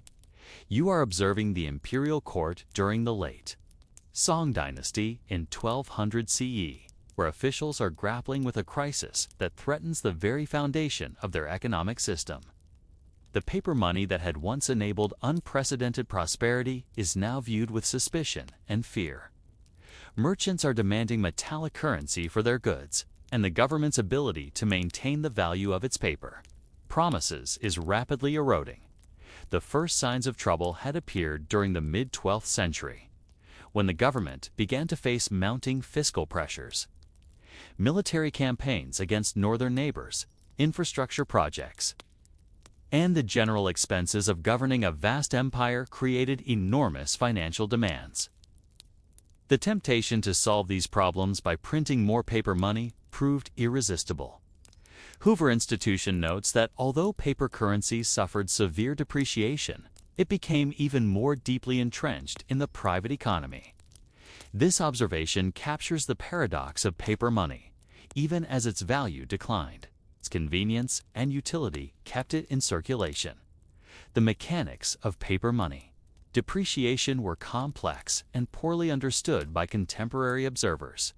As the Government issued more paper money without proportionally increasing the reserves that backed it. The amount of paper money in circulation grew faster than the underlying economy. This created inflationary pressure that gradually eroded the purchasing power of paper currency. A quantity of paper money that could once purchase a year's worth of grain might now buy only a few months' supply. The depreciation was gradual at first, but it accelerated as public confidence in the system began to erode. The social and economic effects of paper money depreciation were far-reaching and devastating. Merchants and craftsmen who had built their businesses around paper money transactions found their accumulated wealth evaporating. People who had saved paper money for their retirement or their children's education discovered that their careful planning had been rendered worthless. The instability of paper money values made long-term planning impossible and discouraged the investment and saving that were essential for economic growth. The government's attempts to manage the paper money crisis revealed both the power and the limitations of monetary policy. Officials tried various approaches to restore confidence, including reducing the amount of paper money in circulation, increasing the reserves that backed it, and establishing new security features to prevent counterfeiting. Some of these measures were temporarily successful, but none addressed the fundamental problem: the government's inability to resist the temptation to create money to solve fiscal problems. The psychological aspects of paper money's collapse were as important as the economic factors. The acceptance of paper money had always depended on public trust in the government's ability and willingness to honor its promises. As this trust eroded, people became increasingly reluctant to accept paper money in exchange for goods and services. The erosion of trust was gradual at first, but it accelerated as people began to realize that their paper money might become worthless if the government failed to maintain its backing. The regional variations in paper money acceptance during the crisis revealed the complex relationship between central authority and local economic conditions. In areas with strong government presence and effective administration, paper money continued to circulate relatively successfully. In more remote regions or areas with limited government authority, people increasingly rejected paper money in favor of metallic currency or barter systems. This geographic fragmentation of monetary systems created additional challenges for trade and commerce. The international implications of Chinese paper money's problems were limited by the isolation of the Chinese economy, but they were not entirely absent. Foreign merchants who had become accustomed to using paper money in their Chinese trade relationships found themselves holding increasingly worthless currency. The reputation of Chinese economic institutions suffered, affecting diplomatic and commercial relationships with neighboring countries. The knowledge of paper money's potential problems spread. Along with knowledge of its advantages, the technological responses to paper money's crisis included increasingly sophisticated security features and printing techniques. The government invested heavily in improving the quality and security of paper money production, hoping that better counterfeiting protection would restore public confidence. However, these technological improvements could not address the fundamental problem of overissuance and fiscal irresponsibility. The most sophisticated security features in the world could not make paper money valuable if the government issued too much of it. The administrative challenges of managing a failing paper money system were enormous.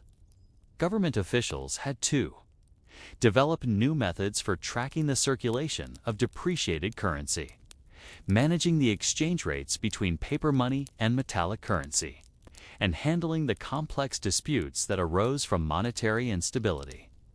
The administrative burden of managing these problems consumed substantial government resources and attention, diverting focus from other important policy areas.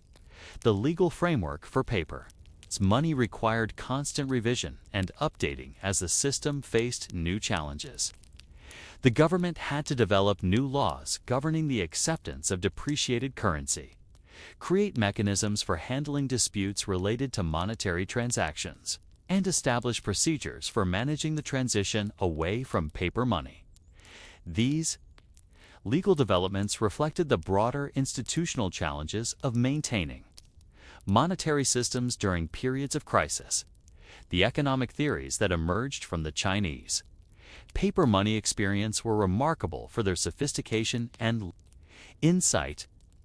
Government officials and scholars developed early understanding of concepts that would later be formalized as inflation theory, monetary policy, and the relationship between money, supply, and economic activity. These theoretical developments influenced Chinese economic thinking for centuries and provided valuable insights for later monetary innovations. The social stratification effects of paper money's collapse were severe and long-lasting. The wealthy, who had the resources and knowledge to convert their paper money holdings to more stable assets, were able to preserve much of their wealth. The poor, who had little choice but to hold paper money, suffered disproportionately from its depreciation. This created new forms of inequality and social tension that persisted long after the monetary crisis had passed. The transition away from paper money during the later Song period and under subsequent dynasties was gradual and incomplete. Hoover Institution explains that fiscal mismanagement, notably the failure to collect taxes in paper money, caused severe depreciation, and by the early 15th century, Ming paper money was largely defunct. The Ming dynasty's experience with paper money was even more disastrous than the Songs, as the government's fiscal irresponsibility completely destroyed public confidence in paper currency. The lessons learned from the Chinese paper money experience were profound and enduring. The most important lesson was that paper money's value depends entirely on the issuing authority's ability to maintain reasonable limits on its creation. The temptation to solve fiscal problems by printing money is enormous, but yielding to this temptation inevitably leads to inflation and the erosion of public confidence. The Chinese experience demonstrated that technical sophistication and administrative capability are not sufficient to maintain a successful paper money system without fiscal discipline. The influence of Chinese paper money on later monetary developments was substantial, though often indirect. The knowledge of paper money techniques gradually spread to other parts of Asia and eventually to Europe, where it would be adapted and refined. The theoretical insights developed during the Chinese paper money experience influenced economic thinking in other cultures and time periods. The practical lessons learned from its successes and failures provided valuable guidance for later monetary innovations. The cultural and philosophical legacy of Chinese paper money was complex and multifaceted. The experience of watching paper promises lose their value influenced Chinese thinking about trust, authority, and the nature of wealth. The recognition that money could be created and destroyed by government action had profound implications for political theory and the relationship between rulers and subjects. The Chinese experience with paper money provided powerful examples of both the possibilities and the dangers of monetary innovation. The archaeological evidence of Chinese paper money's rise and fall provides fascinating insights into the practical realities of historical monetary systems. The surviving examples of Song and Ming paper money revealed the sophisticated printing techniques and security features that were employed. The distribution of paper money finds suggests the geographic extent of these systems and the patterns of their acceptance and rejection. The physical evidence complements the historical records to provide a comprehensive picture of these remarkable monetary experiments. The comparative analysis of Chinese paper money with contemporary monetary systems in other parts of the world reveals the unique conditions that made China's experiment possible. The political unity of the Chinese Empire, the sophisticated administrative systems, and the advanced printing technology all contributed to the success of paper money. The absence of these conditions in other societies explains why paper money did not develop elsewhere. during the same period. But perhaps the most important lesson from the Chinese paper money experience is that monetary innovation always involves trade-offs between benefits and risks. The convenience and efficiency of paper money enabled unprecedented economic growth and governmental capability. However, these benefits came at the cost of new vulnerabilities and the potential for economic instability. The challenge for monetary systems throughout history has been to capture the benefits of innovation while managing the associated risks. What would happen when the knowledge of paper money techniques spread to other parts of the world? How would different societies adapt these techniques to their own political and economic conditions? What new forms of monetary innovation would emerge from the lessons learned in China? These questions would drive the next phase of monetary evolution, as the revolutionary concept of paper money gradually transformed economic systems around the globe. You are standing in the bustling telegraph office of the Western Union Building in New York City in 1871. Surrounded by the constant clicking of telegraph keys and the scratching of pencils on paper. The air is thick with the smell of oil from the mechanical equipment and the nervous energy of operators, transmitting messages across vast distances at previously unimaginable speeds. What you are witnessing is not just the revolution in communication, but the birth of electronic money, the first time in human history that value could be transferred instantaneously across continents without the physical movement of coins, bills, or precious metals. The Western Union money transfer system, launched in 1871, represented a conceptual leap as significant as the invention of coins or paper money. For the first time, money became truly invisible, existing not as physical objects but as electrical signals transmitted through copper wires. A person in San Francisco could deposit money at a Western Union office, and within hours, someone in New York could collect the equivalent amount, all without any physical transfer of currency. This transformation of money from matter to information would ultimately reshape the entire concept of what money could be. The technical infrastructure required for electronic money transfers was remarkable for its time. The Western Union Telegraph network spanned the entire United States, with thousands of miles of copper wire connecting cities, towns, and remote outposts. The system required precise coordination between telegraph operators in different locations, sophisticated coding systems to ensure security, and complex bookkeeping procedures to track the flow of money through the network. The reliability of this system was crucial, as any breakdown in communication could result in the loss of substantial sums of money. The economic impact of electronic money transfers was immediate and transformative. For the first time, people could send money to distant relatives without the risks associated with physical transport. Merchants could settle accounts with suppliers in other cities without the delays and dangers of shipping cash or precious metals. The speed and convenience of electronic transfers enabled new forms of business, relationships, and economic activity that had been impossible under previous systems. The social implications of electronic money were equally profound. Families separated by the vast distances of the American frontier could maintain financial connections that had been impossible before. Immigrants could send money to relatives in their home countries, maintaining economic ties across oceans. The ability to transfer money electronically changed the nature of family relationships and social obligations, creating new forms of connection and responsibility. The security challenges of electronic/money transfers were unprecedented and required innovative solutions.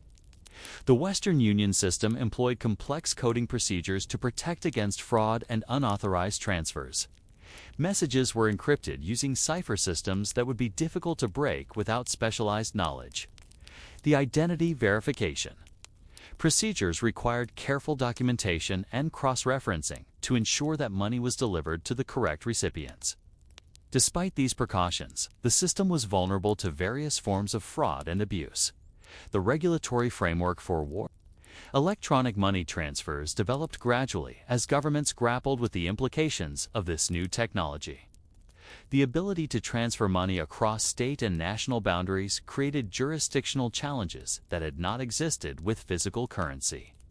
The speed of electronic transfers made it difficult for authorities to monitor and control monetary flows.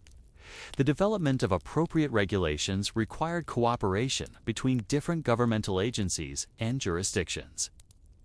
The psychological adaptation to electronic money required a fundamental shift in thinking about the nature of money and value.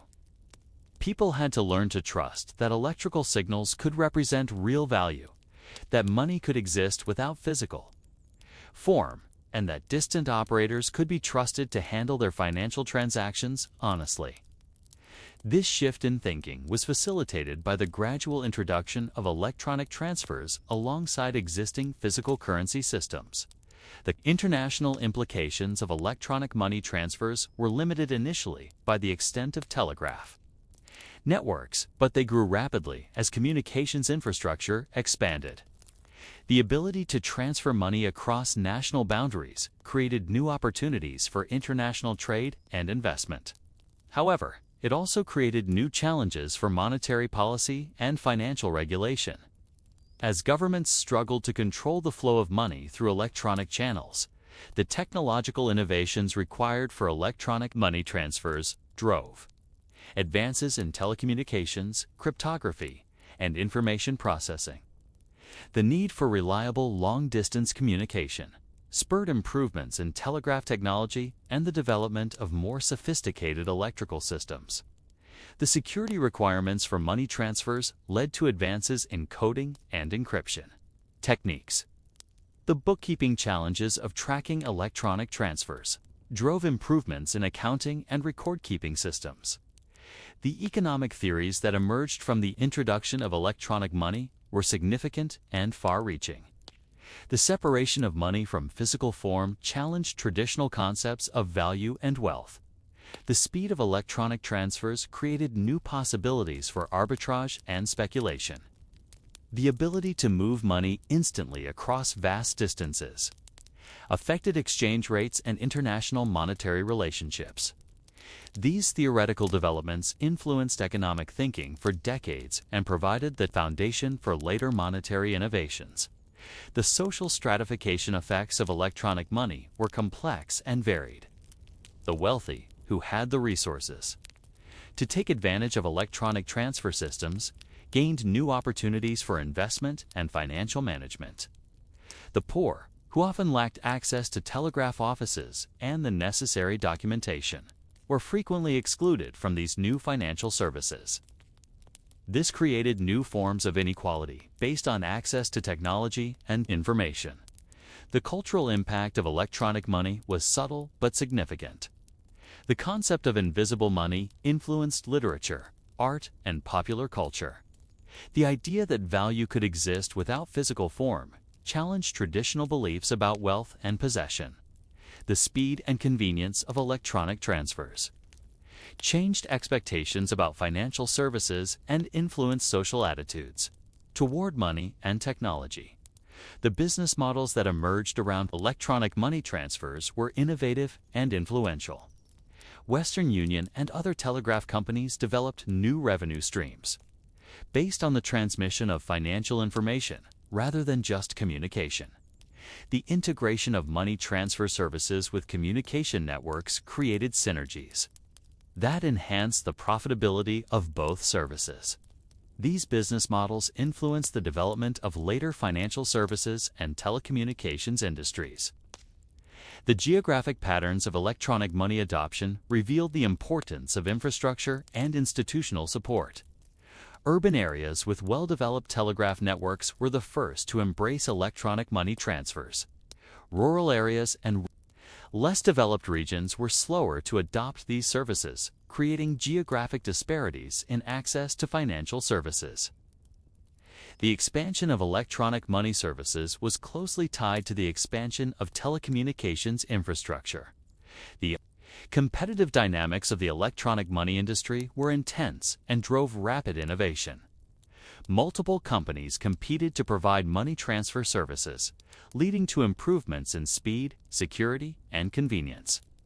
The competition encouraged the development of new technologies and business practices that benefited consumers. However, the high fixed costs of telecommunications infrastructure also created barriers to entry that limited competition in some markets. The risk management practices developed for electronic money transfers were sophisticated and influential. Companies had to develop new methods for assessing and managing the risks associated with electronic transactions. The challenges of preventing fraud, ensuring system reliability, and managing credit risk required innovative approaches that influenced later financial services. The development of risk management practices for electronic money laid the groundwork for modern financial risk management. The customer service innovations required for electronic money transfers were significant and lasting. Companies had to develop new ways of interacting with customers, handling complaints, and resolving disputes. The need for reliable customer service across vast geographic areas drove improvements in communication systems and organizational practices. The customer service models developed for electronic money transfers influenced the development of later service industries. The training and education requirements for electronic money systems were substantial and created new forms of employment. Telegraph operators had to learn specialized skills for handling financial transactions, including coding systems, security procedures, and customer service protocols. The need for skilled operators created new career opportunities and influence. Educational systems. The specialized knowledge required for electronic money operations became a valuable form of human capital. But even as electronic money transfers achieved remarkable success, they also revealed new vulnerabilities and limitations. The dependence on telecommunications infrastructure made the system vulnerable to technical failures and natural disasters.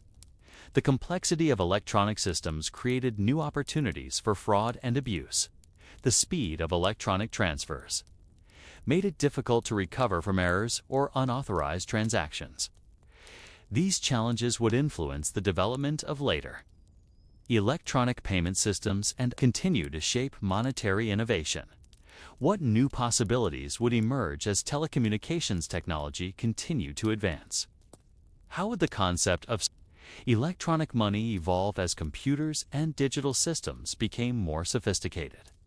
What new forms of value transfer would become possible as the infrastructure of electronic communication expanded around the world? The transformation of money from electrical signals to digital information represents one of the most profound shifts in monetary history, comparable to the invention of coinage or the development of paper money.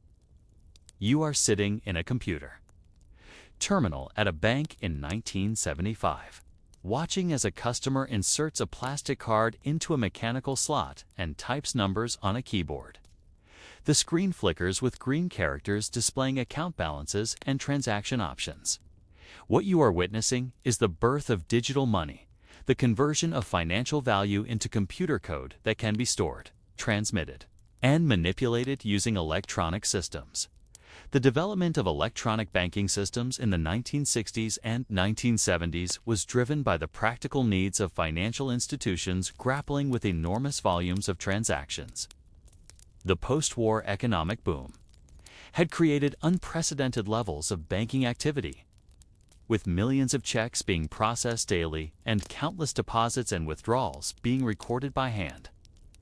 The manual systems that had served banks for centuries were becoming overwhelmed by the sheer volume of transactions, creating delays, errors, and inefficiencies that threatened the stability of the financial system. The technical challenges of digitizing banking operations were enormous and required innovations in computer hardware, software, and telecommunications.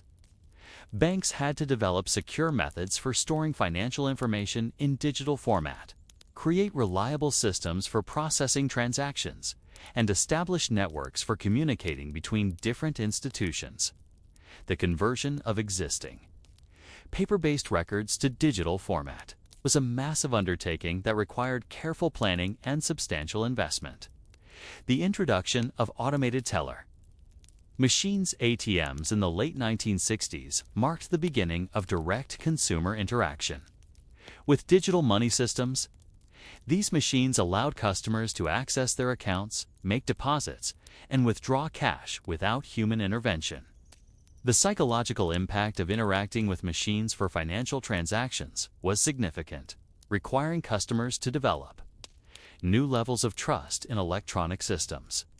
The convenience of 24-hour access to banking services quickly overcame initial resistance, and ATMs became a standard feature of the banking landscape. The development of point-of-sale PA systems in the 1970s extended digital money beyond banking institutions to retail establishments. These systems allowed merchants to process payments electronically, reducing the need for cash transactions and improving the efficiency of commerce. The integration of PA systems with banking networks created the foundation for modern electronic payment systems, enabling instant verification of account balances and real-time transaction processing. The economic implications of digital banking were profound and far-reaching. The reduction in transaction costs enabled by electronic processing made it economically feasible to offer banking services to smaller accounts and remote locations. The speed of digital transactions accelerated the velocity of money circulation, contributing to economic growth and productivity improvements. The ability to process transactions electronically enabled new forms of financial services, including credit cards, electronic funds, transfers, and automated bill paying. The social effects of digital banking were equally significant. The convenience of electronic banking services changed consumer expectations and behavior, creating demand for faster, more efficient financial services. The ability to access banking services from remote locations reduced the importance of physical proximity to bank branches. The automation of routine banking tasks enabled bank employees to focus on more complex customer service and advisory functions. The security challenges of digital banking required unprecedented innovations in cryptography and information protection. Banks had to develop methods for securing digital information against unauthorized access, preventing fraud and ensuring the integrity of electronic transactions. The development of encryption systems, access controls, and audit trails became crucial components of digital banking infrastructure. The ongoing arms race between security systems and criminal organizations has continued to drive innovation. In financial security, the regulatory response to digital banking was complex and evolved gradually as authorities grappled with the implications of electronic financial systems.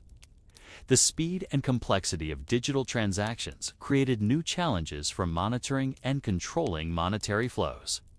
The interstate and international nature of electronic banking networks required coordination between different regulatory agencies and jurisdictions. The development of appropriate regulations for digital banking required careful balance between innovation and consumer protection. The international implications of digital banking were significant and grew rapidly as computer networks expanded globally. The ability to transfer money electronically across national boundaries created new opportunities for international trade and investment. However, it also created new challenges for monetary policy and financial regulation as governments struggled to control the flow of money through digital channels. The development of international standards for digital banking became crucial for maintaining stability in the global financial system. The competitive dynamics of digital banking were intense and drove rapid innovation. Banks competed to offer the most convenient and efficient electronic services, leading to continuous improvements in technology and customer service. The high fixed costs of computer systems and telecommunications infrastructure created barriers to entry that favored larger institutions. The development of shared networks and cooperative systems enabled smaller banks to compete with larger ones by pooling resources and sharing costs. The employment effects of digital banking were significant and often controversial. The automation of routine banking tasks eliminated many traditional bank jobs, particularly in check processing and record keeping. However, the expansion of electronic banking services also created new forms of employment in computer programming, systems analysis, and electronic customer service. The transition from manual to digital banking required substantial retraining and education for bank employees. The technological innovations required for digital banking drove advances in computer science, telecommunications, and information processing. The need for reliable, real-time transaction processing spurred improvements in computer hardware and software. The security requirements for financial data led to advances in cryptography and information protection. The networking requirements for electronic banking contributed to the development of modern telecommunications infrastructure. The psychological adaptation to digital banking required a fundamental shift in thinking about money and financial transactions. Customers had to learn to trust that electronic records accurately represented their financial assets, that computer systems could reliably process their transactions, and that digital money was as real and valuable as physical currency. This shift in thinking was facilitated by the gradual introduction of digital banking services alongside existing manual systems. The business models that emerged around digital banking were innovative and influential. Banks developed new revenue streams based on electronic transaction processing rather than just traditional lending and deposit services. The integration of digital banking with other financial services created synergies that enhanced profitability and customer service. These business models influenced the development of later financial services and technology industries. The customer service innovations required for digital banking were significant and lasting. Banks had to develop new ways of interacting with customers through electronic channels, handling technical problems, and resolving disputes. The need for reliable customer service in a digital environment drove improvements in communication systems and organizational practices. The customer service models developed for digital banking influenced the development of later service industries. The data management challenges of digital banking were enormous and required sophisticated solutions. Banks had to develop methods for storing, retrieving, and analyzing vast amounts of financial information. The need for data backup, disaster recovery, and system redundancy became crucial for maintaining customer confidence. The development of data management practices for digital banking laid the groundwork for modern information technology systems. The risk management practices developed for digital banking were sophisticated and influential. Banks had to develop new methods for assessing and managing the risks associated with electronic transactions. The challenges of preventing fraud, ensuring system reliability, and managing operational risk required innovative approaches that influenced later financial services. The development of risk management practices for digital banking contributed to the development of modern financial risk management. The standardization efforts required for digital banking were complex and ongoing. The need for compatibility between different computer systems and networks required the development of industry standards and protocols. The coordination of standardization efforts across different institutions and jurisdictions required unprecedented levels of cooperation. The standards developed for digital banking influenced the development of later electronic systems and networks. But even as digital banking achieved remarkable success, it also revealed new vulnerabilities and challenges. The dependence on computer systems made banking vulnerable to technical failures and cyber attacks. The complexity of digital systems created new opportunities for fraud and abuse. The speed of electronic transactions made it difficult to recover from errors or unauthorized activities. These challenges would continue to influence the development of financial technology and drive ongoing innovation in digital payment systems. What new possibilities would emerge as computer technology continued to advance? How would the concept of digital money evolve as internet connectivity became widespread? What new forms of value transfer would become possible as the infrastructure of digital communication expanded around the world? The emergence of the internet in the 1990s created possibilities for monetary innovation that surpassed even the most optimistic predictions of earlier technologists. You are sitting at a computer terminal in 1995, watching as a customer makes a purchase from an online retailer by entering credit card information into a web form. The transaction is processed instantly, with funds transferred from the customer's account to the merchant's account through a complex network of computers, telecommunication systems, and financial institutions. What you are witnessing is the birth of internet commerce and the transformation of money into pure information that can be transmitted, stored, and manipulated using digital networks. The technical infrastructure required for internet-based financial transactions was extraordinarily complex and required innovations in computer security, telecommunications, and information processing. The development of secure socket layer SSL technology enabled the encrypted transmission of financial information over public networks. The creation of digital certificates and authentication systems provided methods for verifying the identity of transaction participants. The establishment of payment processing networks enabled the real-time authorization and settlement of electronic transactions. The economic impact of internet-based financial systems was immediate and transformative. The reduction in transaction costs enabled by digital processing made it economically feasible to conduct business across vast geographic distances. The speed of internet transactions accelerated the velocity of money circulation and enabled new forms of economic activity. The ability to process microtransactions economically created opportunities for new business models and revenue streams that had been impossible under previous systems. The social implications of internet money were profound and far-reaching.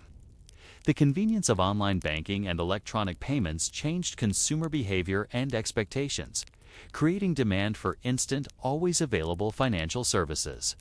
The ability to conduct financial transactions from any location with internet access reduced the importance of physical proximity to financial institutions. The democratization of access to financial services enabled small businesses and individuals to participate in global commerce. The security challenges of internet-based financial systems were unprecedented, required continuous innovation in cryptography and information protection. The public nature of internet networks made financial information vulnerable to interception and manipulation. The development of encryption systems, digital signatures, and fraud detection algorithms became crucial components of internet financial infrastructure. The ongoing battle between security systems and criminal organizations has continued to drive innovation in financial security.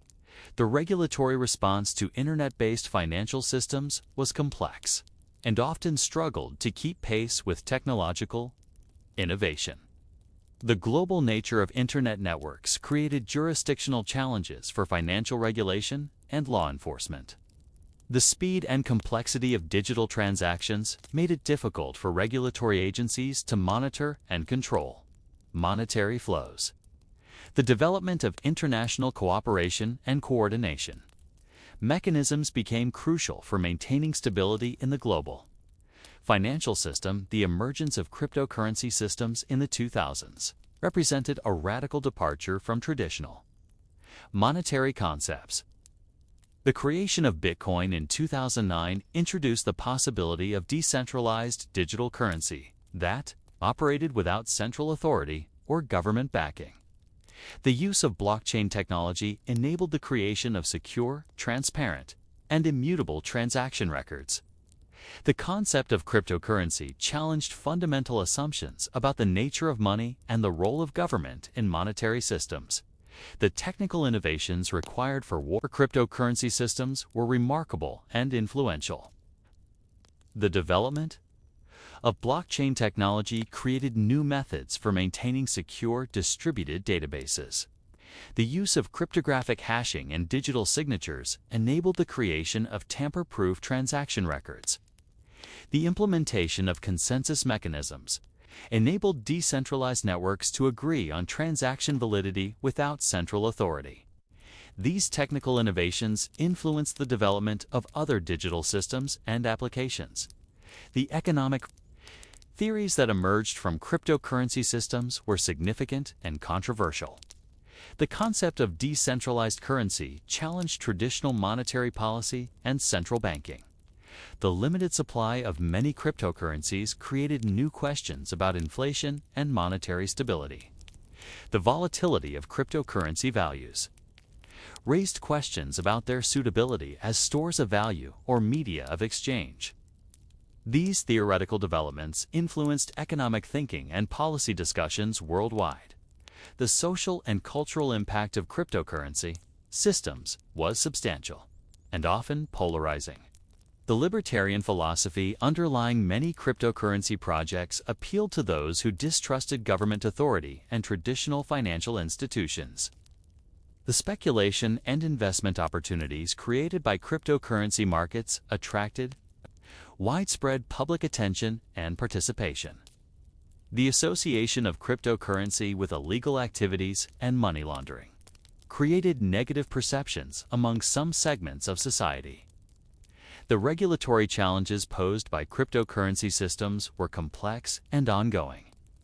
The decentralized nature of these systems made them difficult to regulate using traditional approaches. The global nature of cryptocurrency networks created coordination. Challenges for regulatory agencies. The rapid pace of innovation in cryptocurrency technology made it difficult for regulations to keep pace with new developments. The development of appropriate regulatory frameworks for cryptocurrency remains an ongoing challenge for policymakers worldwide. The environmental implications of cryptocurrency systems became increasingly important as their energy consumption grew. The computational requirements for mining Bitcoin and other cryptocurrencies consumed enormous amounts of electricity. The environmental impact of cryptocurrency mining raised questions about the sustainability of these systems. The development of more energy-efficient consensus mechanisms became a priority for cryptocurrency developers and environmental advocates.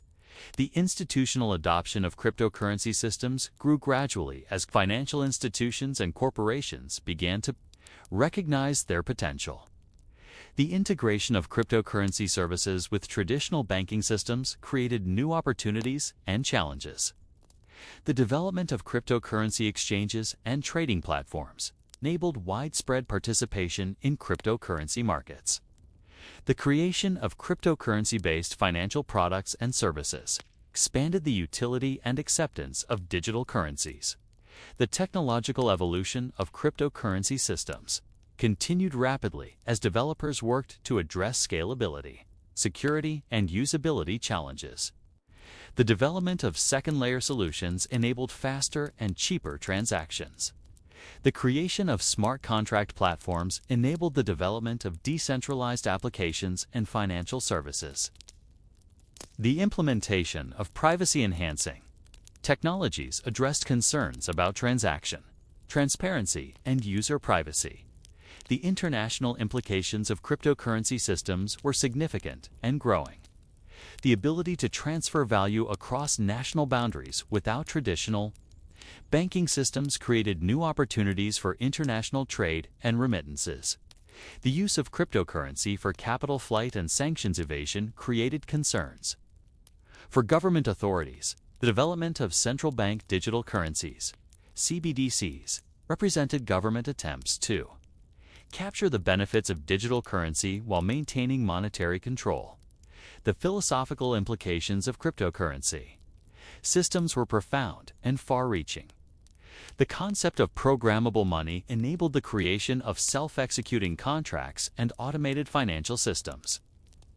The transparency of blockchain systems created new possibilities for accountability and auditability. The decentralized nature of cryptocurrency networks challenged traditional concepts of authority and control. These philosophical developments influence thinking about technology, society, and governance. The future possibilities for digital money systems appear limitless as technology continues to advance. The development of quantum computing may require new approaches to cryptography and security. The integration of artificial intelligence with financial systems may enable new forms of automated decision-making and risk management. The expansion of internet connectivity to previously underserved populations may democratize access to financial services worldwide. The convergence of various technologies, blockchain, artificial intelligence, mobile computing, and internet connectivity is creating new possibilities for monetary innovation that were unimaginable just decades ago. The development of programmable money, automated financial services, and decentralized autonomous organizations represents the next frontier in monetary evolution. The transformation of money from physical objects to digital information to programmable code represents a fundamental shift in the nature of value and exchange. But even as digital money systems achieve remarkable capabilities, they also create new challenges and vulnerabilities. The dependence on digital infrastructure makes financial systems vulnerable to cyber attacks and technical failures. The complexity of digital systems creates new opportunities for fraud and abuse. The speed of digital transactions makes it difficult to recover from errors or unauthorized activities. The global nature of digital networks creates regulatory and coordination challenges that require international cooperation. The lessons learned from the evolution of money throughout history provide valuable insights for managing the challenges and opportunities of digital currency systems. The importance of trust, the need for appropriate regulation, the dangers of excessive speculation, and the benefits of technological innovation all remain relevant as monetary systems continue to evolve. The balance between innovation and stability, between efficiency and security, between accessibility and control continues to shape the development of monetary systems. As we stand at the threshold of an era where money exists primarily as information, rather than physical objects, the questions that emerge are both practical and profound. How will societies adapt to monetary systems that operate independently of traditional institutions? What new forms of economic organization will emerge from programmable money and automated financial services? How will the democratization of financial technology affect global inequality and economic development? The answers to these questions will shape the future of human economic organization and social structure. The story of money's evolution from shells and stones to digital code represents one of humanity's most remarkable achievements, demonstrating our capacity for innovation, adaptation, and cooperation. As we continue to explore the possibilities of digital currency systems, we carry with us the accumulated wisdom of thousands of years of monetary experimentation. The future of money remains unwritten, but the lessons of the past provide valuable guidance for navigating the challenges and opportunities that lie ahead.